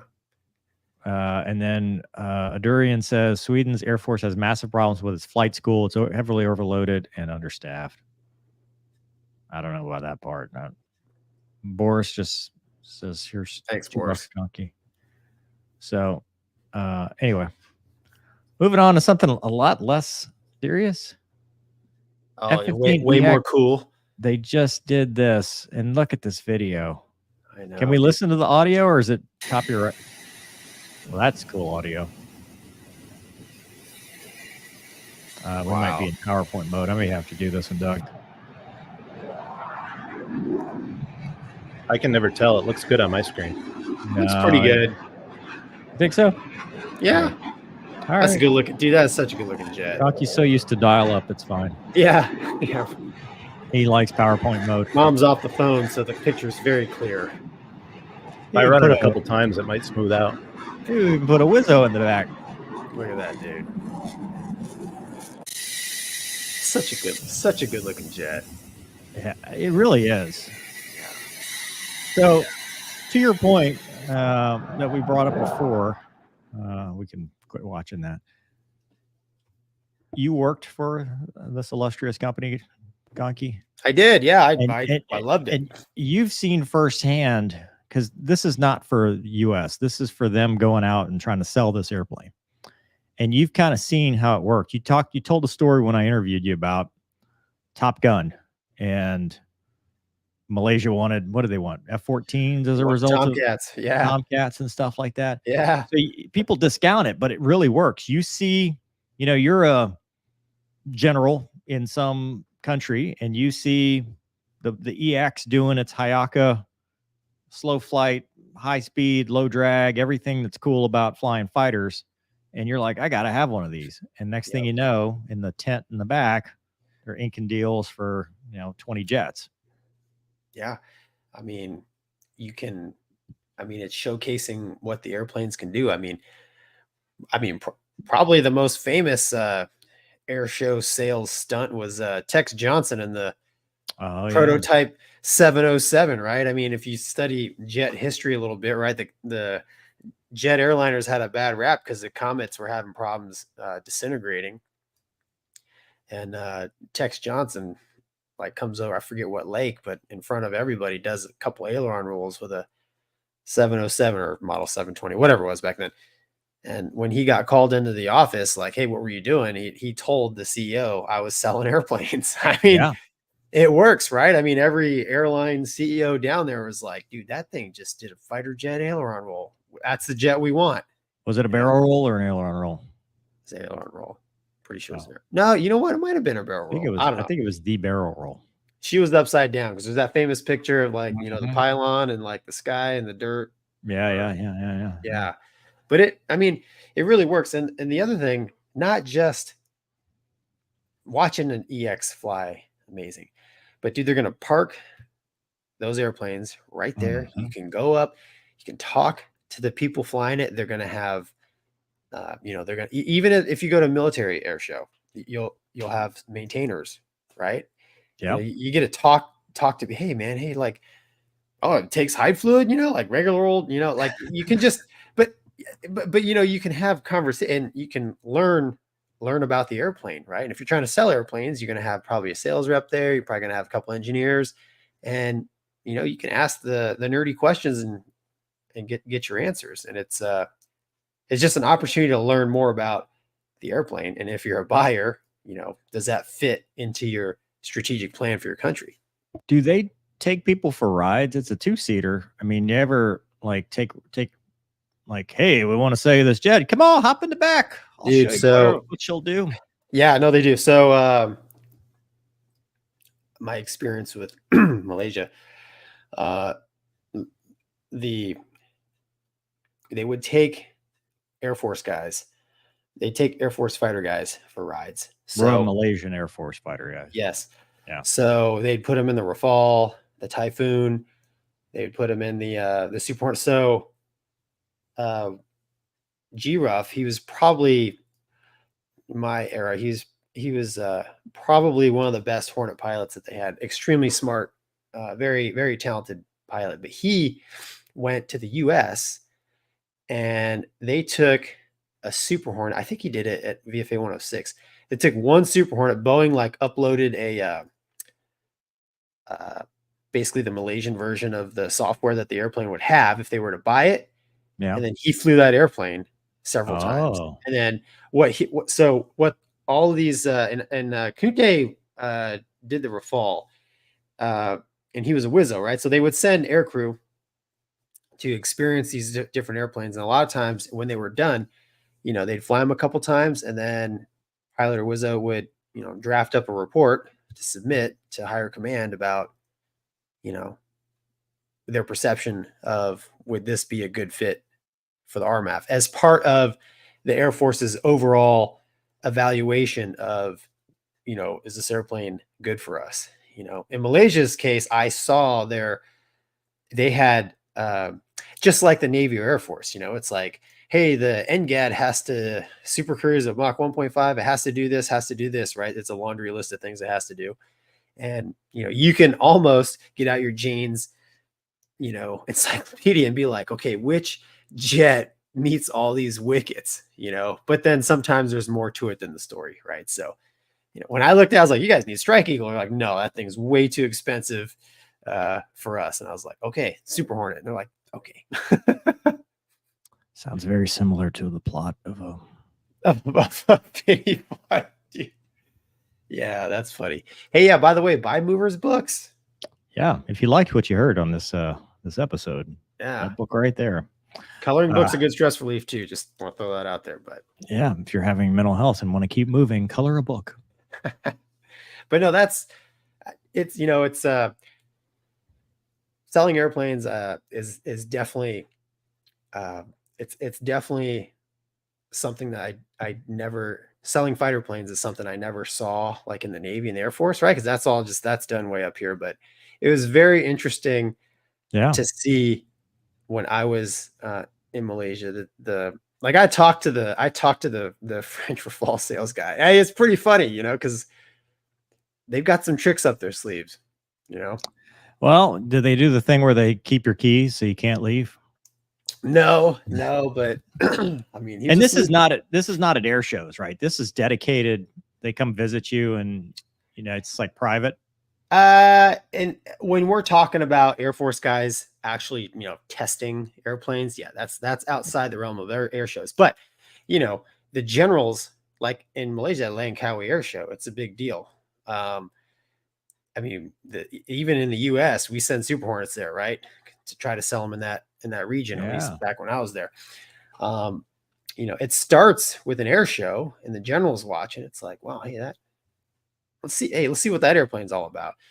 I mean, that's dude, it's very insightful, Gonky. I appreciate that. In the US, it's, hey, you buy this airplane, I'll put you on the board of directors when you retire, and you can have a bailout. I'm not saying that's not the case in other countries. I'm not saying that's not it is not, dude. I tell you what, it's dude, when it comes to multi-gazillion dollar contracts, dude, the gloves come off. You scratch my back, I'll scratch yours. There's all kinds of skid greasing going on, dude. Yeah. All right, back to the audience. Let's see. Janitor is back, says recent troubles all seem to start with Wombat trying to take over the show. No. Wombat, he's a blessing to the show. Boris, I don't know if we covered this when we were talking about the Gripen. Their main concern is the maintenance and lack of parts and weapons for the Gripen. Yeah, Boris. Thanks, Boris. And then Joe says, I've read perhaps French grief after F-16 is done. What is a French grief? I think he meant to type fall or Griffin? Griffin. Sorry, Griffin. Yeah. What's a French Griffin? Oh yeah, you're right. The words in this sequence don't make a lot of sense. Let me put it in the Google and see what it says. While you do that, I'm going to get on to the Griff. Aviation Mayhem says, what's the difference between the F-15EX and F-15QA? Thanks, David. I don't know. I think the EX is the domestic version, and the QA is an export version. QA is the Qatari one, isn't it? Saudi. Is it the Saudi? Yeah. The EX is homegrown. What's your budget? One crash a week. Friendo, let's go have a drink. All right. Moving on to did you want to talk about the Delta thing? I'll talk about whatever, man. I don't have it was in the list, but what, that close call thing? Yeah. Did you want to talk about that? What's up to you, man? You got it on there. I'll let you talk. I didn't put it on there. Okay, well then we're not gonna talk about it. Well, we're gonna talk about it. Go ahead, all right, play it. It's cool. All right. So you want me to talk about it or you? Oh, you got this. All right. So this is from a police cam of American Airlines and a Delta jet seemingly nearly having a midair. I think they're both regionals. Yeah, pretty crazy. Turns out they were a mile apart based on the vantage point. I think it was closer than that. I do agree that this video, there's a lot of perspective here, and one did a go around, and while the other one. Right. So one guy was doing a go around, and then they cleared a jet on the runway to take off, and they basically, the jet taking off ascended into the jet doing the go around. Obviously the cops there thought that, holy cow, we about saw midair, which it looks like that. I thought by the time they actually were co-altitude, they were a mile apart. Is that right? Yeah, 675 feet vertically. Okay, that's less than a mile. Yeah, but that's vertical. The horizontal. I mean, you got to do the VAS Aviation has this as well. Hold on, I'll let you. Yeah, bring this up. I mean, either way, it's kind of a foul to have somebody go missed and then clear somebody for takeoff, unless you cap the. Here you go. You want to listen to it? What? So this is from our friends at VAS Aviation, who do an awesome job. Go check them out. They do. This is the audio with the video here. Hello, Blue Streak 5511, visual 28. All right, Blue Streak's on the clear land. Blue Streak 5511. Yep.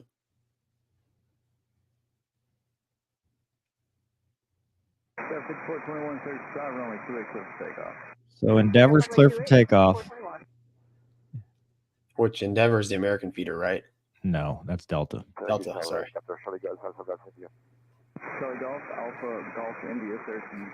That's a helicopter. Wait, who's cleared to take off on QA? So Blue Streak is cleared for landing. All right, so clear for takeoff, all clear for landing. There's a conflict there. Yep. It doesn't become it's the go around that's the issue here, right? Right. Going around, Blue Streak 5511. Go around Togo, flaps 20, positive rate, gear up. Then there's the left close and an airliner. Left close traffic. All right, so this says vertical 600 and 1/10 of a mile. Really? For the horizontal. I had read somewhere else that it was more than that, but same. But still, I think hold on. And clear land 28, Blue Streak 5511. Wow. 5411 flight and 310. 310 up heading Endeavor 5421. Responding to an R8. Now we're cleared. Okay, so this is what tells me the fact that they were. So this is a resolution advisory. Right. So right. TCAS, when it sees a conflict, first it'll give you if it's immediate, it'll give you an RA. An RA is you respond to that and then let the controller know what you're doing. You fly the plane first, and then and it'll even put the bars or whatever in the ADI. So the fact that there was an RA, that this is very close for comfort. This is not. That's true. This is not a mile.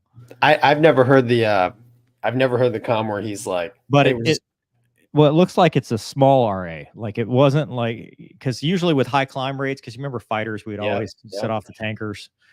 So this is more of a. It wasn't a huge. Well, he said, "Oh, it's gone now." Right. Right. It was immediately, it's gone now. So still not. 5511. Still too close for comfort, but not this close, right? So it's not as close as the parallax that you see, but it's still pretty close and all driven by the go around and the takeoff. Yeah.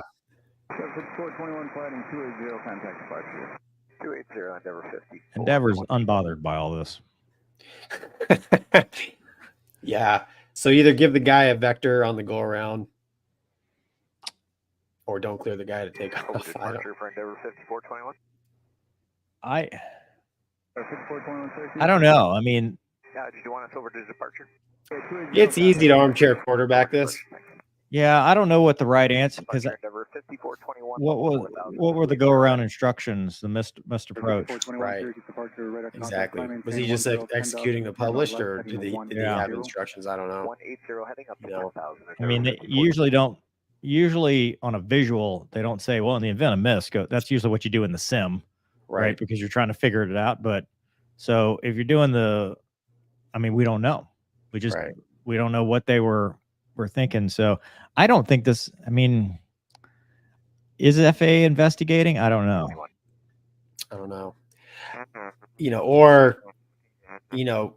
The jet on takeoff, hey, cap him. I know, dude, taking off out of Destin, sometimes they're like, hey, they tell us to level off at 1,000 feet. Some of the captains won't do it. They'll just like, hey, we'll wait, because why? We have overhead traffic, fighter traffic coming in at 1,500 feet, right? And it's like, no, dude, we're not going to rotate and immediately shove the nose over.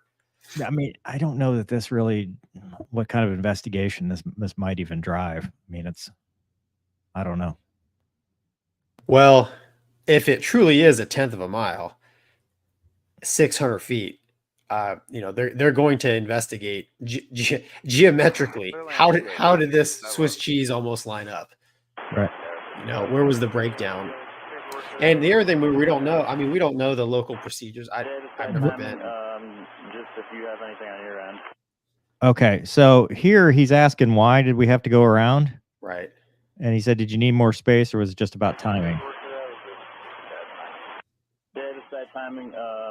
Just if you have anything on your end. So this sounds like at least I think I just got to do an officer report. right. So they're going to file the reports. Yeah. So everybody's, because once you do an RA, an RA drives an ASAP, and I think it's what's SIRS report or whatever. Have you ever responded to an RA? Yep. Yeah. Yep. You just do what it tells you to do. Yeah. Yeah. Exactly. Radar. Well, that's wind shear. There's so many different things it'll tell you to do. Wrong bitch and Betty. Yeah. No, you're right, Gonky. This is the one more in the line of what's different, I think, though, is that we live in an era where people are monitoring ATC comms 24/7, and then it gets reported. 20 years ago, I don't think this makes the news, because nobody's listening and nobody's watching, and there's no cameras, and this is just like, you see what I'm saying? Like, this is news. I think I'm not discounting it. It is a near potential mishap, However, the dash cam, and then we love vast aviation, but this used to not be accessible information. Yeah, no, you got a point on the internet, which is my point being is that I think it's not aviation is becoming less safe.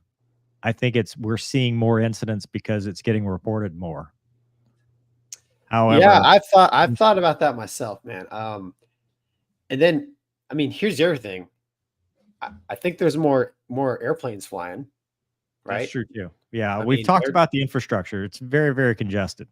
Yeah, air traffic has increased over time, generally speaking, and that obviously puts a load on the infrastructure. So, yeah, I don't know. Thankfully nobody was hurt. If the FAA does investigate it, hopefully it's not, to crush skulls. It's to make aviation safer, and, whatever they find, get that out to, the airlines, ATC, whatever, we can all learn from it. Because like I said, Mover, I make a mistake I've never had a perfect flight. Right. So, yeah, it's just tough because on the one hand, Swiss cheese model, we seem to be trending towards, we keep getting lucky. Yeah. On the same token, though, did we get lucky? The procedures worked. They did a go around. The RA worked. Like the backstops saved the day, because the RA, they were visual, and if you're visual with the traffic, I mean, that's even better, right? If this had been an IMC, it'd be a totally different story.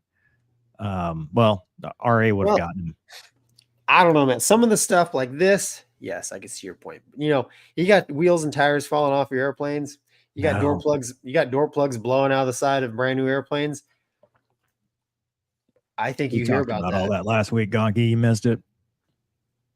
Sorry. We were all over that. Skid figured it out, and we already whatever Skid said, I probably agree. We solved the airline problem. All right. I think it's solving itself, my friend. Yeah, that's true. Let's see. We never figured out what a griff was. No, Joe says, so much for trying to save money. I read there's a possibility of French Griffins to Ukraine after the Viper deal is done. Griffins? Griffin. He's talking about. Oh. I don't know what a French Griffin. Don't confuse me with European stuff.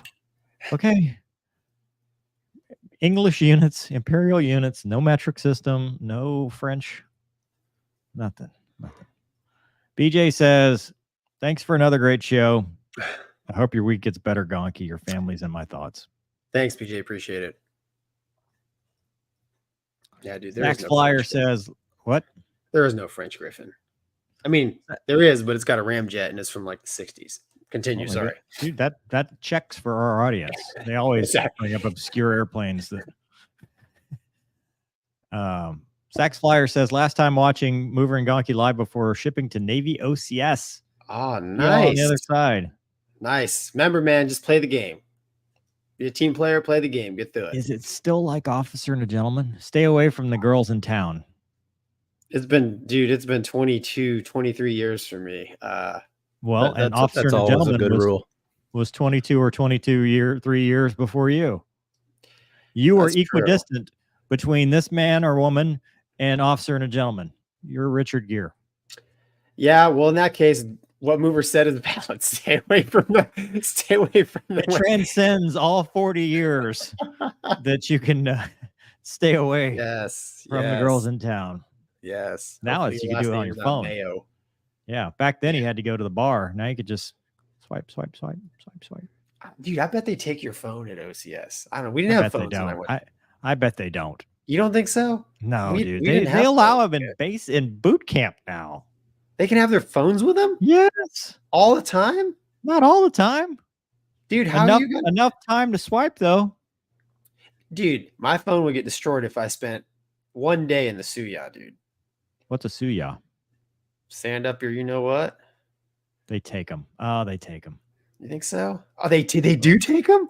Do they have them back? Well, they give them back week 8. How many weeks is it? 13? Oh, 12? Dude, I forget. I forget. May, when I get there, May, June, July, 3 months, man. It's 3 months for me. Yeah. Yeah. Yeah. So 12 like, weeks. so before you go in the Suya to do push-ups all day, do they have a little cell phone locker? You hold on, drill instructor. Let me text mommy. Hey, I gotta go do some push-ups. LOL, push-ups. Let me silent it so it doesn't make Gunny mad. Slide it in there. It's like, You get a sternly worded email. Oh, geez. Hatchet says same goes for police work with more phones. Wow. Yeah. He's talking about what I just said about things are happening. John says, question, don't planes land within that same 200-yard separation of parallel runways all the time? That's a little different, though. Were they parallel runways? I don't think that. No, that wasn't. I think they were on the same runway. No, same runway. Yeah. Yeah. John, it's a little different when they're on the ground versus because we do ILS PRM procedures. You ever flown one of those where you gotta? No, you have to be rated for it, right? It's a qual. It's qual. Yeah. I got my qual. We don't do that, dude. Yeah. We don't go anywhere. Yeah. Chicago, San Francisco, like all those places. So you have to monitor another frequency, and then there's just the one dude that's making sure, and they'll give you a breakout instruction. Yeah. There's a whole thing. The weather has to be just right. No, if we had to hit something like that, I'd be like, Captain, it's your leg. I'm gonna drink a Fresca. It used to be like that. So really? Before I took my hiatus, that was the thing, and then now it's whoever's flying does it. You mean so when you were flying the 7-3? It was a captain thing. Really? Yeah, it was a captain call. Just like I couldn't fly a Cat 3 ILS, just like I can't do a Cat 3 ILS now, even though it's literally who pushes the button. Right. Like the jet doesn't care. Huh. Did you do one in the 7-3 with watching the captain? Is it anything cosmic? We went to Chicago. No, I mean, it's just, you got to monitor the frequency. You got to read the notes. You got to be ready to, so they can give you a turn, a climb, a descent for your breakout. And then if you get an RA, you've got to respond to that, but they might give you there's all kinds of different rules and stuff. You have to brief it. It's just one more thing. But it gets multiple parallel runways going. Especially at a place like Chicago where they're busy, or San Francisco. Although San Francisco, I think one of the runways was shut down, so they weren't doing it for a while. I don't know. I've been out for a minute. Gonky, I think we got time for one more. Do you want to skip to the thing that you promised about the cow? Dude, that's you. I just made the thumbnail, man. I just made the thumbnail. All right, Doug, you have that already. So the Royal Flying Doctor Service hit a cow. Royal Flying Doctor Service plane strikes cow while landing on the. Help me out, Doug. I mean, it's Australia, so it's probably just pronounced in English. Nullagine in Pilbara. Nullagine airstrip in Pilbara, mate. Lauren Price writes from Perth Now a month ago. A medical plane has hit a cow while landing. Tragic incident unfolded when the Royal Flying Doctor Service came to a landing on an airstrip about 190 kilometers north of Newman. It struck the cow. Killed the cow? Yeah, it's a sad one we're ending on. Aircraft had a patient on board, but nobody was hurt. Except the cow. Well, come on. Nope. There has been damage to the aircraft. Oh, and then they're going to transfer the patient. Scroll down. Do we have any pictures? There's a picture of an airplane and a picture of a cow. Safety of our people and patients is our top priority. Yeah, I mean, that cow is that PC-12? Yeah, looks like it. Yeah. Well, the cow wasn't the same color as the dirt. Look at the cow. I mean, it's got blood around its mouth. And have you ever hit anything on landing? Have I ever hit anything on landing? Animal. There's a guy in my rad class. Just birds, yeah. Guy in my rad class hit a deer. Oh God! In Meridian on landing in a T2, and of course his call sign was Bambi. And justice for the cows. And like I asked him, I was like, "Man, did you?" And he said it literally it cut the deer in half. And I'm like, did you feel anything? He's like, dude, he's like, we thought we saw a little flash like right at touchdown, and I didn't feel a thing. And we got out of the airplane. There was, blood all over the landing gear, and they went out to the runway, and sure enough, there was a dead deer out there cut in half. So it happens, unfortunately. Usually it's birds hanging out around runways, not cows. Oh, Doug's trolling me with the comments here. What? I love telling stories about your call sign. Mover. What does Gonky stand for? That's a trade secret, my friend. So I may know a little bit about this.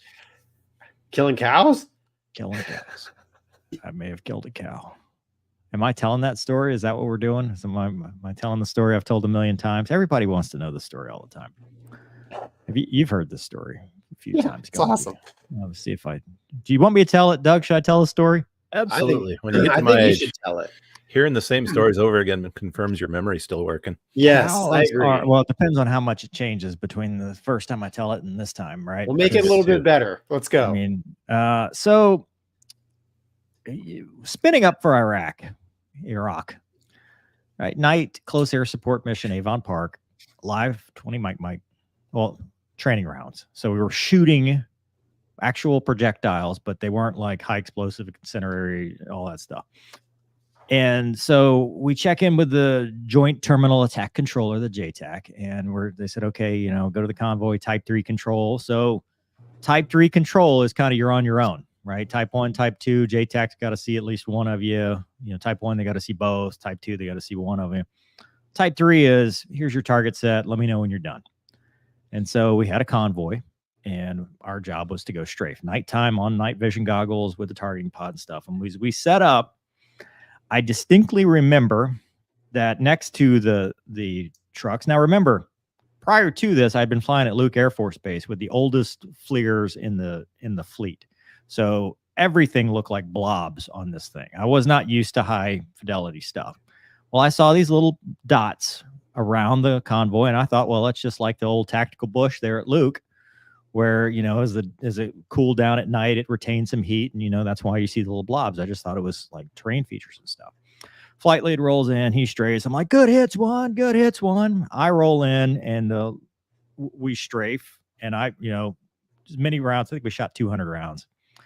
Come back to the debrief, feeling good about myself because I hit the target. We had DVRs.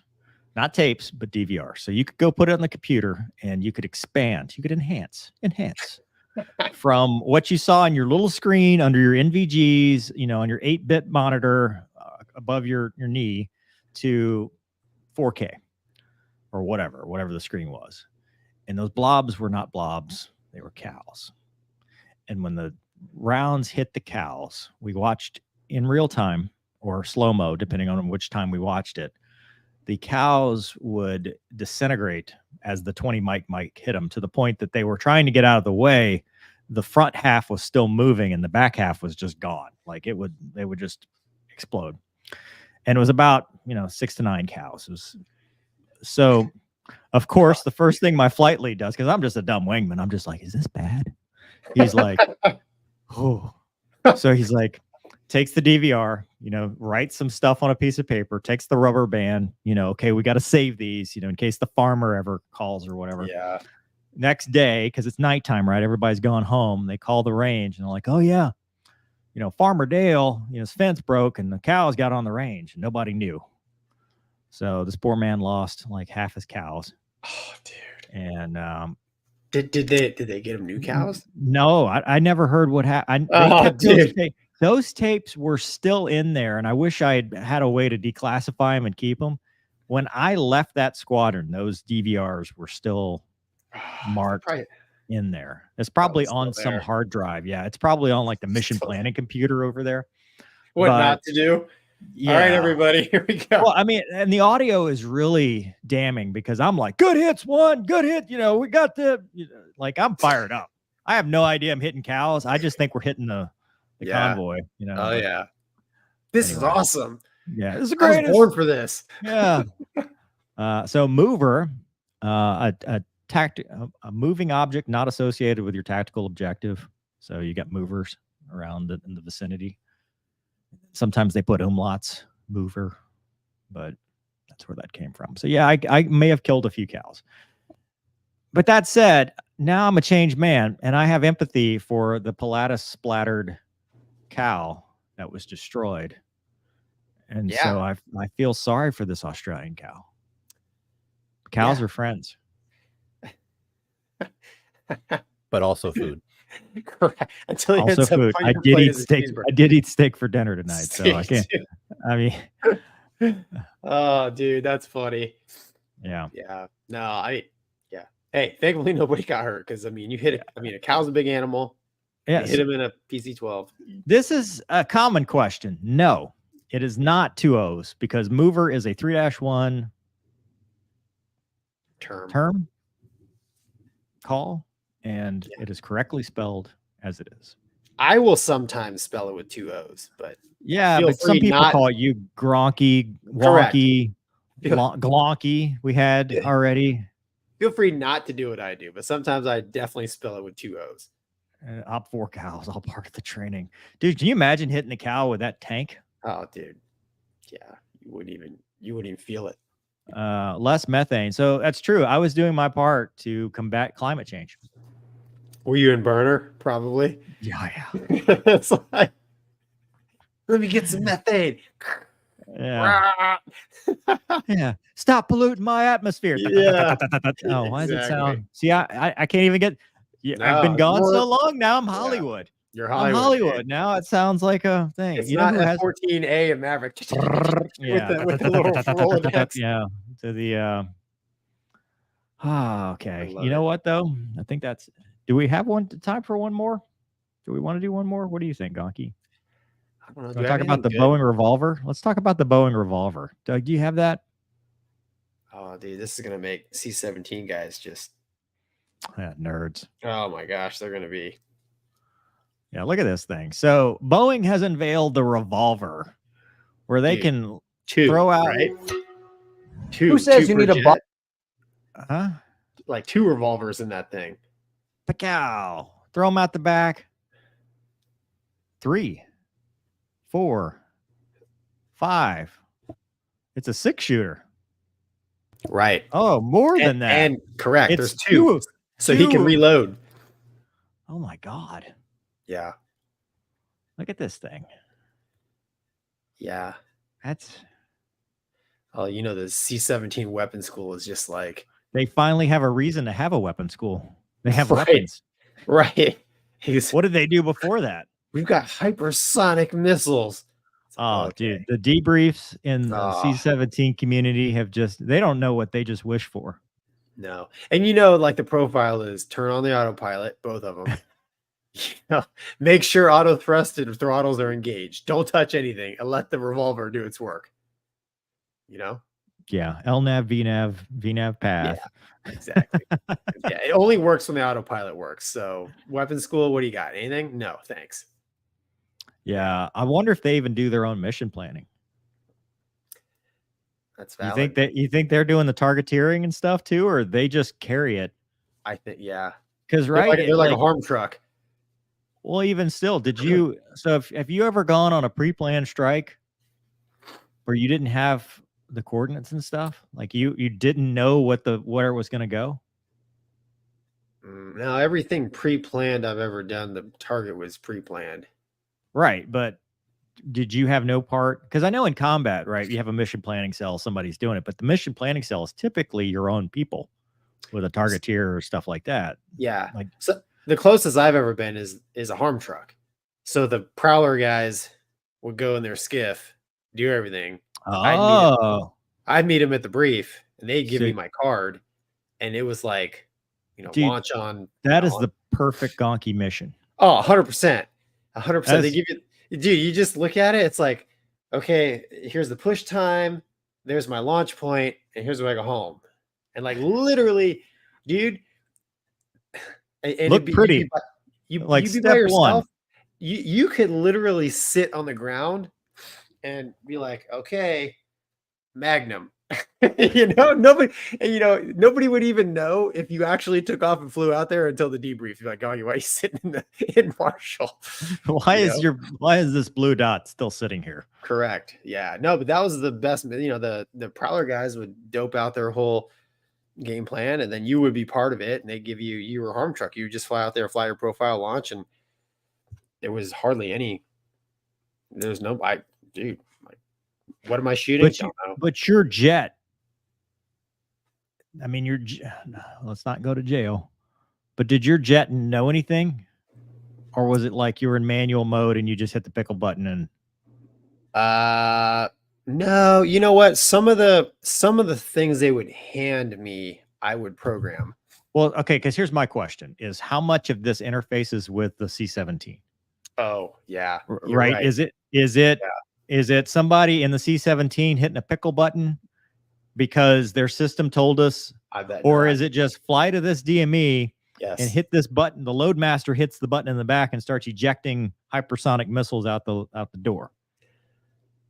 That's probably the case. I mean, if I would imagine they would have some sort of essay as far as like, this is okay, go to this area. Yes, on the moving map, here is the launch point. So we're going to fly to that launch point. Fly to that point and then throw them out. Yeah, I think like what they do with the Moab. Remember the Moab? They just pushed it out the back, right? Yeah, well, I mean, that's what it looks like. It launches it out the back, and then once it fires, I mean, it's going to have its own. Dude, can you imagine in testing the first time one of them gets caught in a wind stream and takes out your own airplane? Oh, dude, I don't want to do that without an ejection seat. Dude, I don't want anything forward firing coming from behind me. Yeah, when I saw that, I'm like, dude, this is dangerous. And you think, oh, that can't happen. Well, dude, when they were testing the 9X, because Krabby was one of the guys in my squadron, he was testing the 9X, and they did a test where, the bad guys are, on the other side where the missile is, dude, and it came, and it came off the rail turning, and it bent the LAO as it was coming. And like he told me, he's like, dude, you see in the HUD, it's like, shoo. It's like, whoa. Okay, hey, program a little more front before it turns. Give me a little more separation.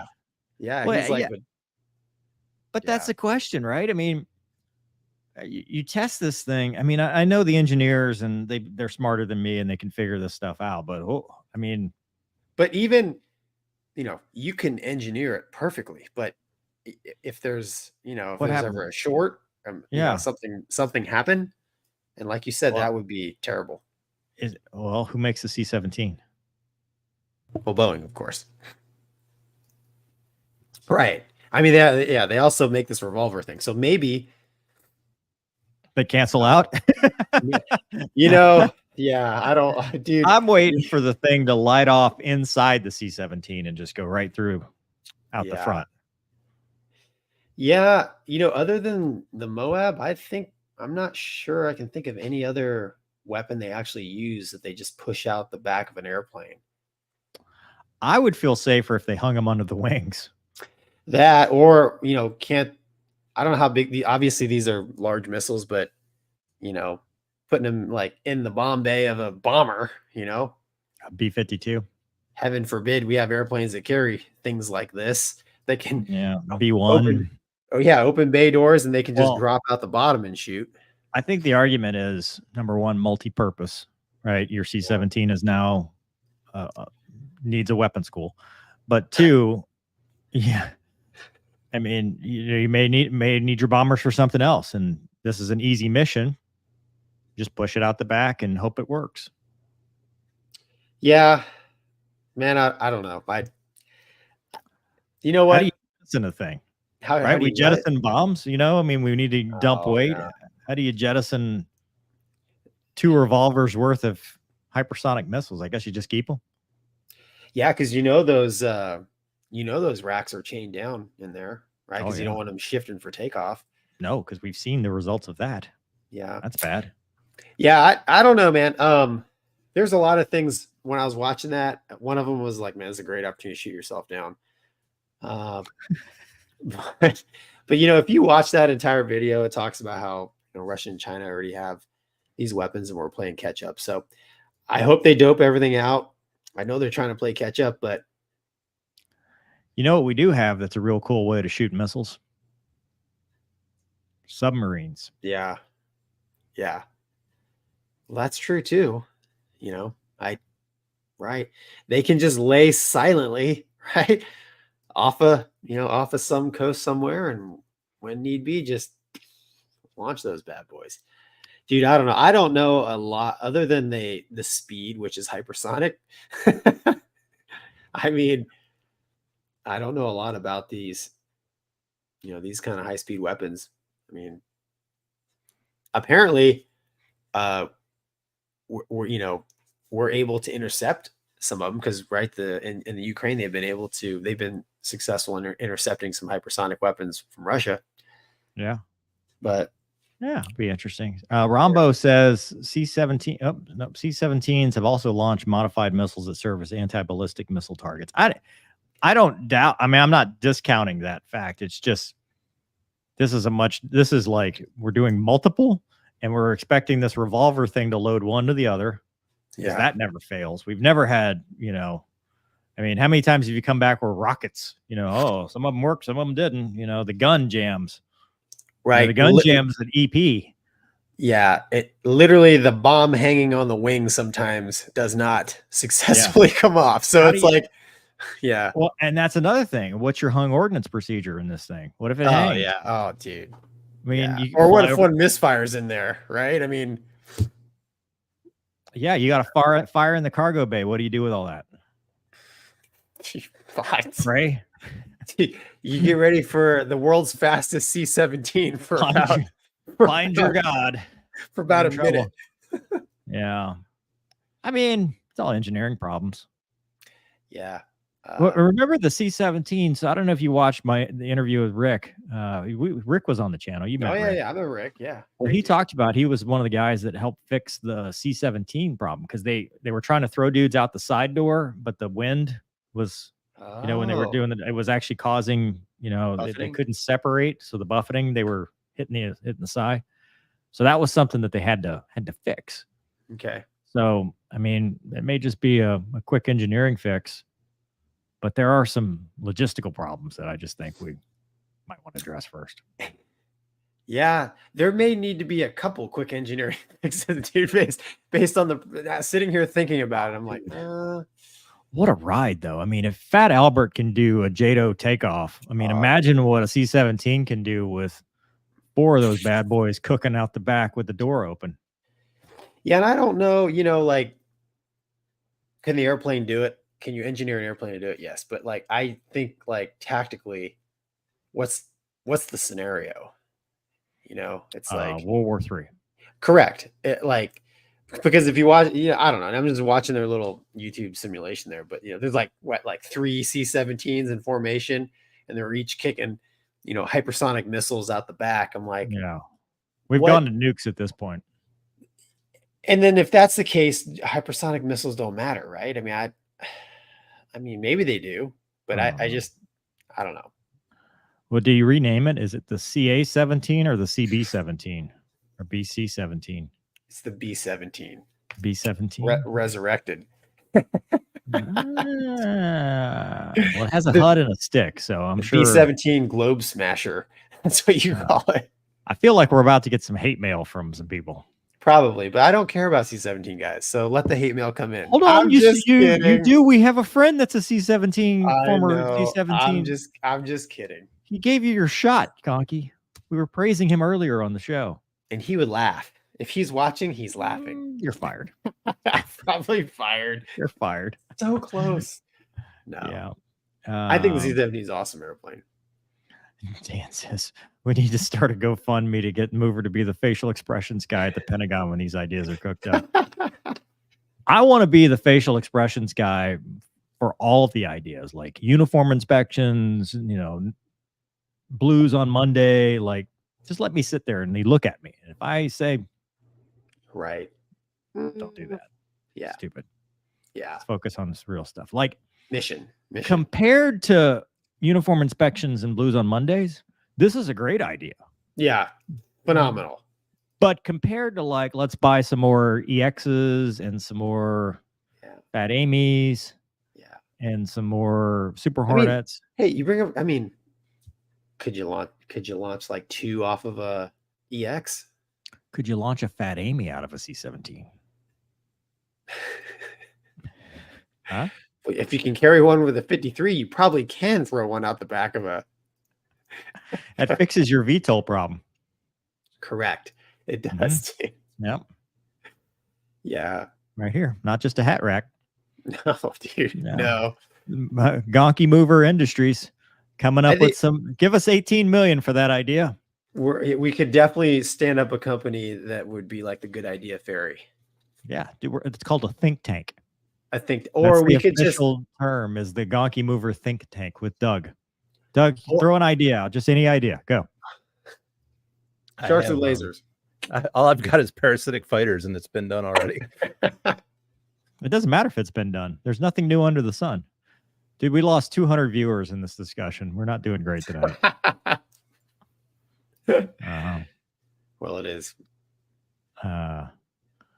KMC says AMC guys can finally get their moment in the sun. I didn't say it.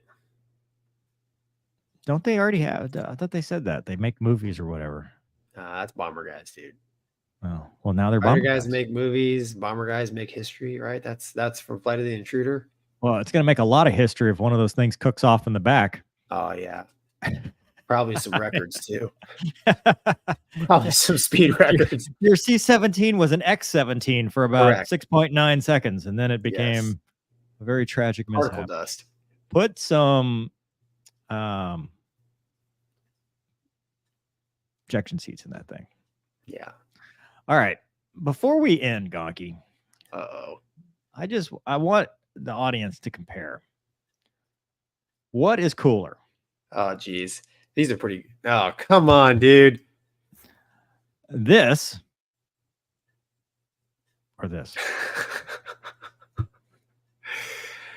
Oh, dude. Dude, you look like an Italian plumber. That's what she. Yeah. It just looks to him, a Mario. Yeah. Dude, you know what? Dude, if it gets Airwolf rebooted, I'm all for it, man. Look, a close second is we can redo chips. Dude, yes, this is more my style right here. Yeah. The best part is you can barely tell Ponch has changed.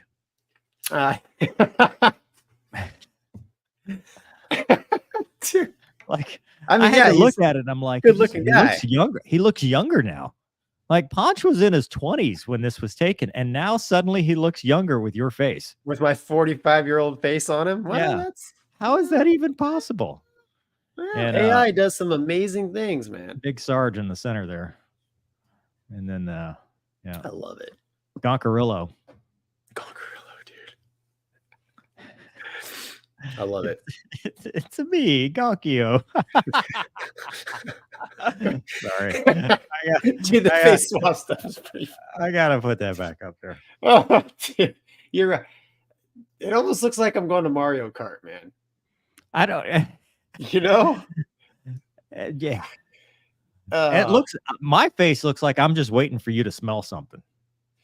Yeah. See, the scary thing. Yeah, dude, you look like you shouldn't be around like kids, but like that me, mustache is not going. No. You look like you're about to sell me some tires. Yeah. Dude, what's scary to me is this version of me. I'm like, man, if I get fatter and older, that actually could be what I look like, and that kind of scares me. Dude, you should. I think it's decided now. No. As soon as you retire, Joe says got to go Airwolf. Yeah. Well, look, man, if it gets the series rebooted, I'm all for it. Aaron says we're the Super Mario Brothers. Yeah, that's true. You're like Luigi, man. Dude, I mean, so where is Stringfellow's other hand? There could be a plunger somewhere, and that's why you're smiling. We're going to do a job. Yeah, this is the dude, that's funny. Definitely. Gunny says, I think I'm getting gonkitis after looking at it. Oh, dude. It's kind of creepy. Our usefulness here. Okay, there's actual chats from the people here. So they did a ice. Should I get rid of that picture? Sorry. They did an ICBM C5. How? Isn't that thing always broken? The C5, not the ICBM. I thought they just explored the whole. Yeah, I don't know. I don't know anything about it. Dan says, oh, we already did that one. StreamYard is not helping me tonight. There's something wrong with it. Okay, so I've covered all this. And so I think that'll be the end of the show. Yeah.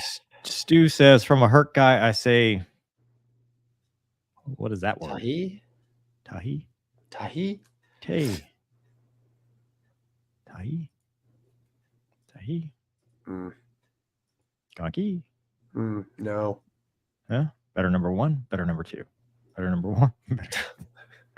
It's your vision test. It's the last time I drive. What? I always drive. You never drive. Sometimes. Okay. Yeah. So I was listening to the podcast on the way home, and this is where we usually fall flat. We don't know how to end a show very well because we kind of just trail off and nobody knows when it's over. Gonky, thank you for your service. Yeah. Hey, thanks everybody tonight for your kind words. It has been a rough week or 2 or 3. So I appreciate it. It's fun to come on the show, and it's therapeutic to talk about things and make fun of things. Mover, like Doug said, laughing helps. So it does help. Still no Lunabelle. Yeah. I don't know what's happening. She must be on strike or under contract or something. Luna. No, she's not. She's probably in bed. Okay. Mace next week. She's going to report back on her findings from NATO. Yep. Yeah. So, thank you everybody for joining us tonight, and we'll see you next Monday with as Mover. And as always, the views are our own, do not represent any agency, company, government. And for legal reasons, this is a joke. See you guys. Good night.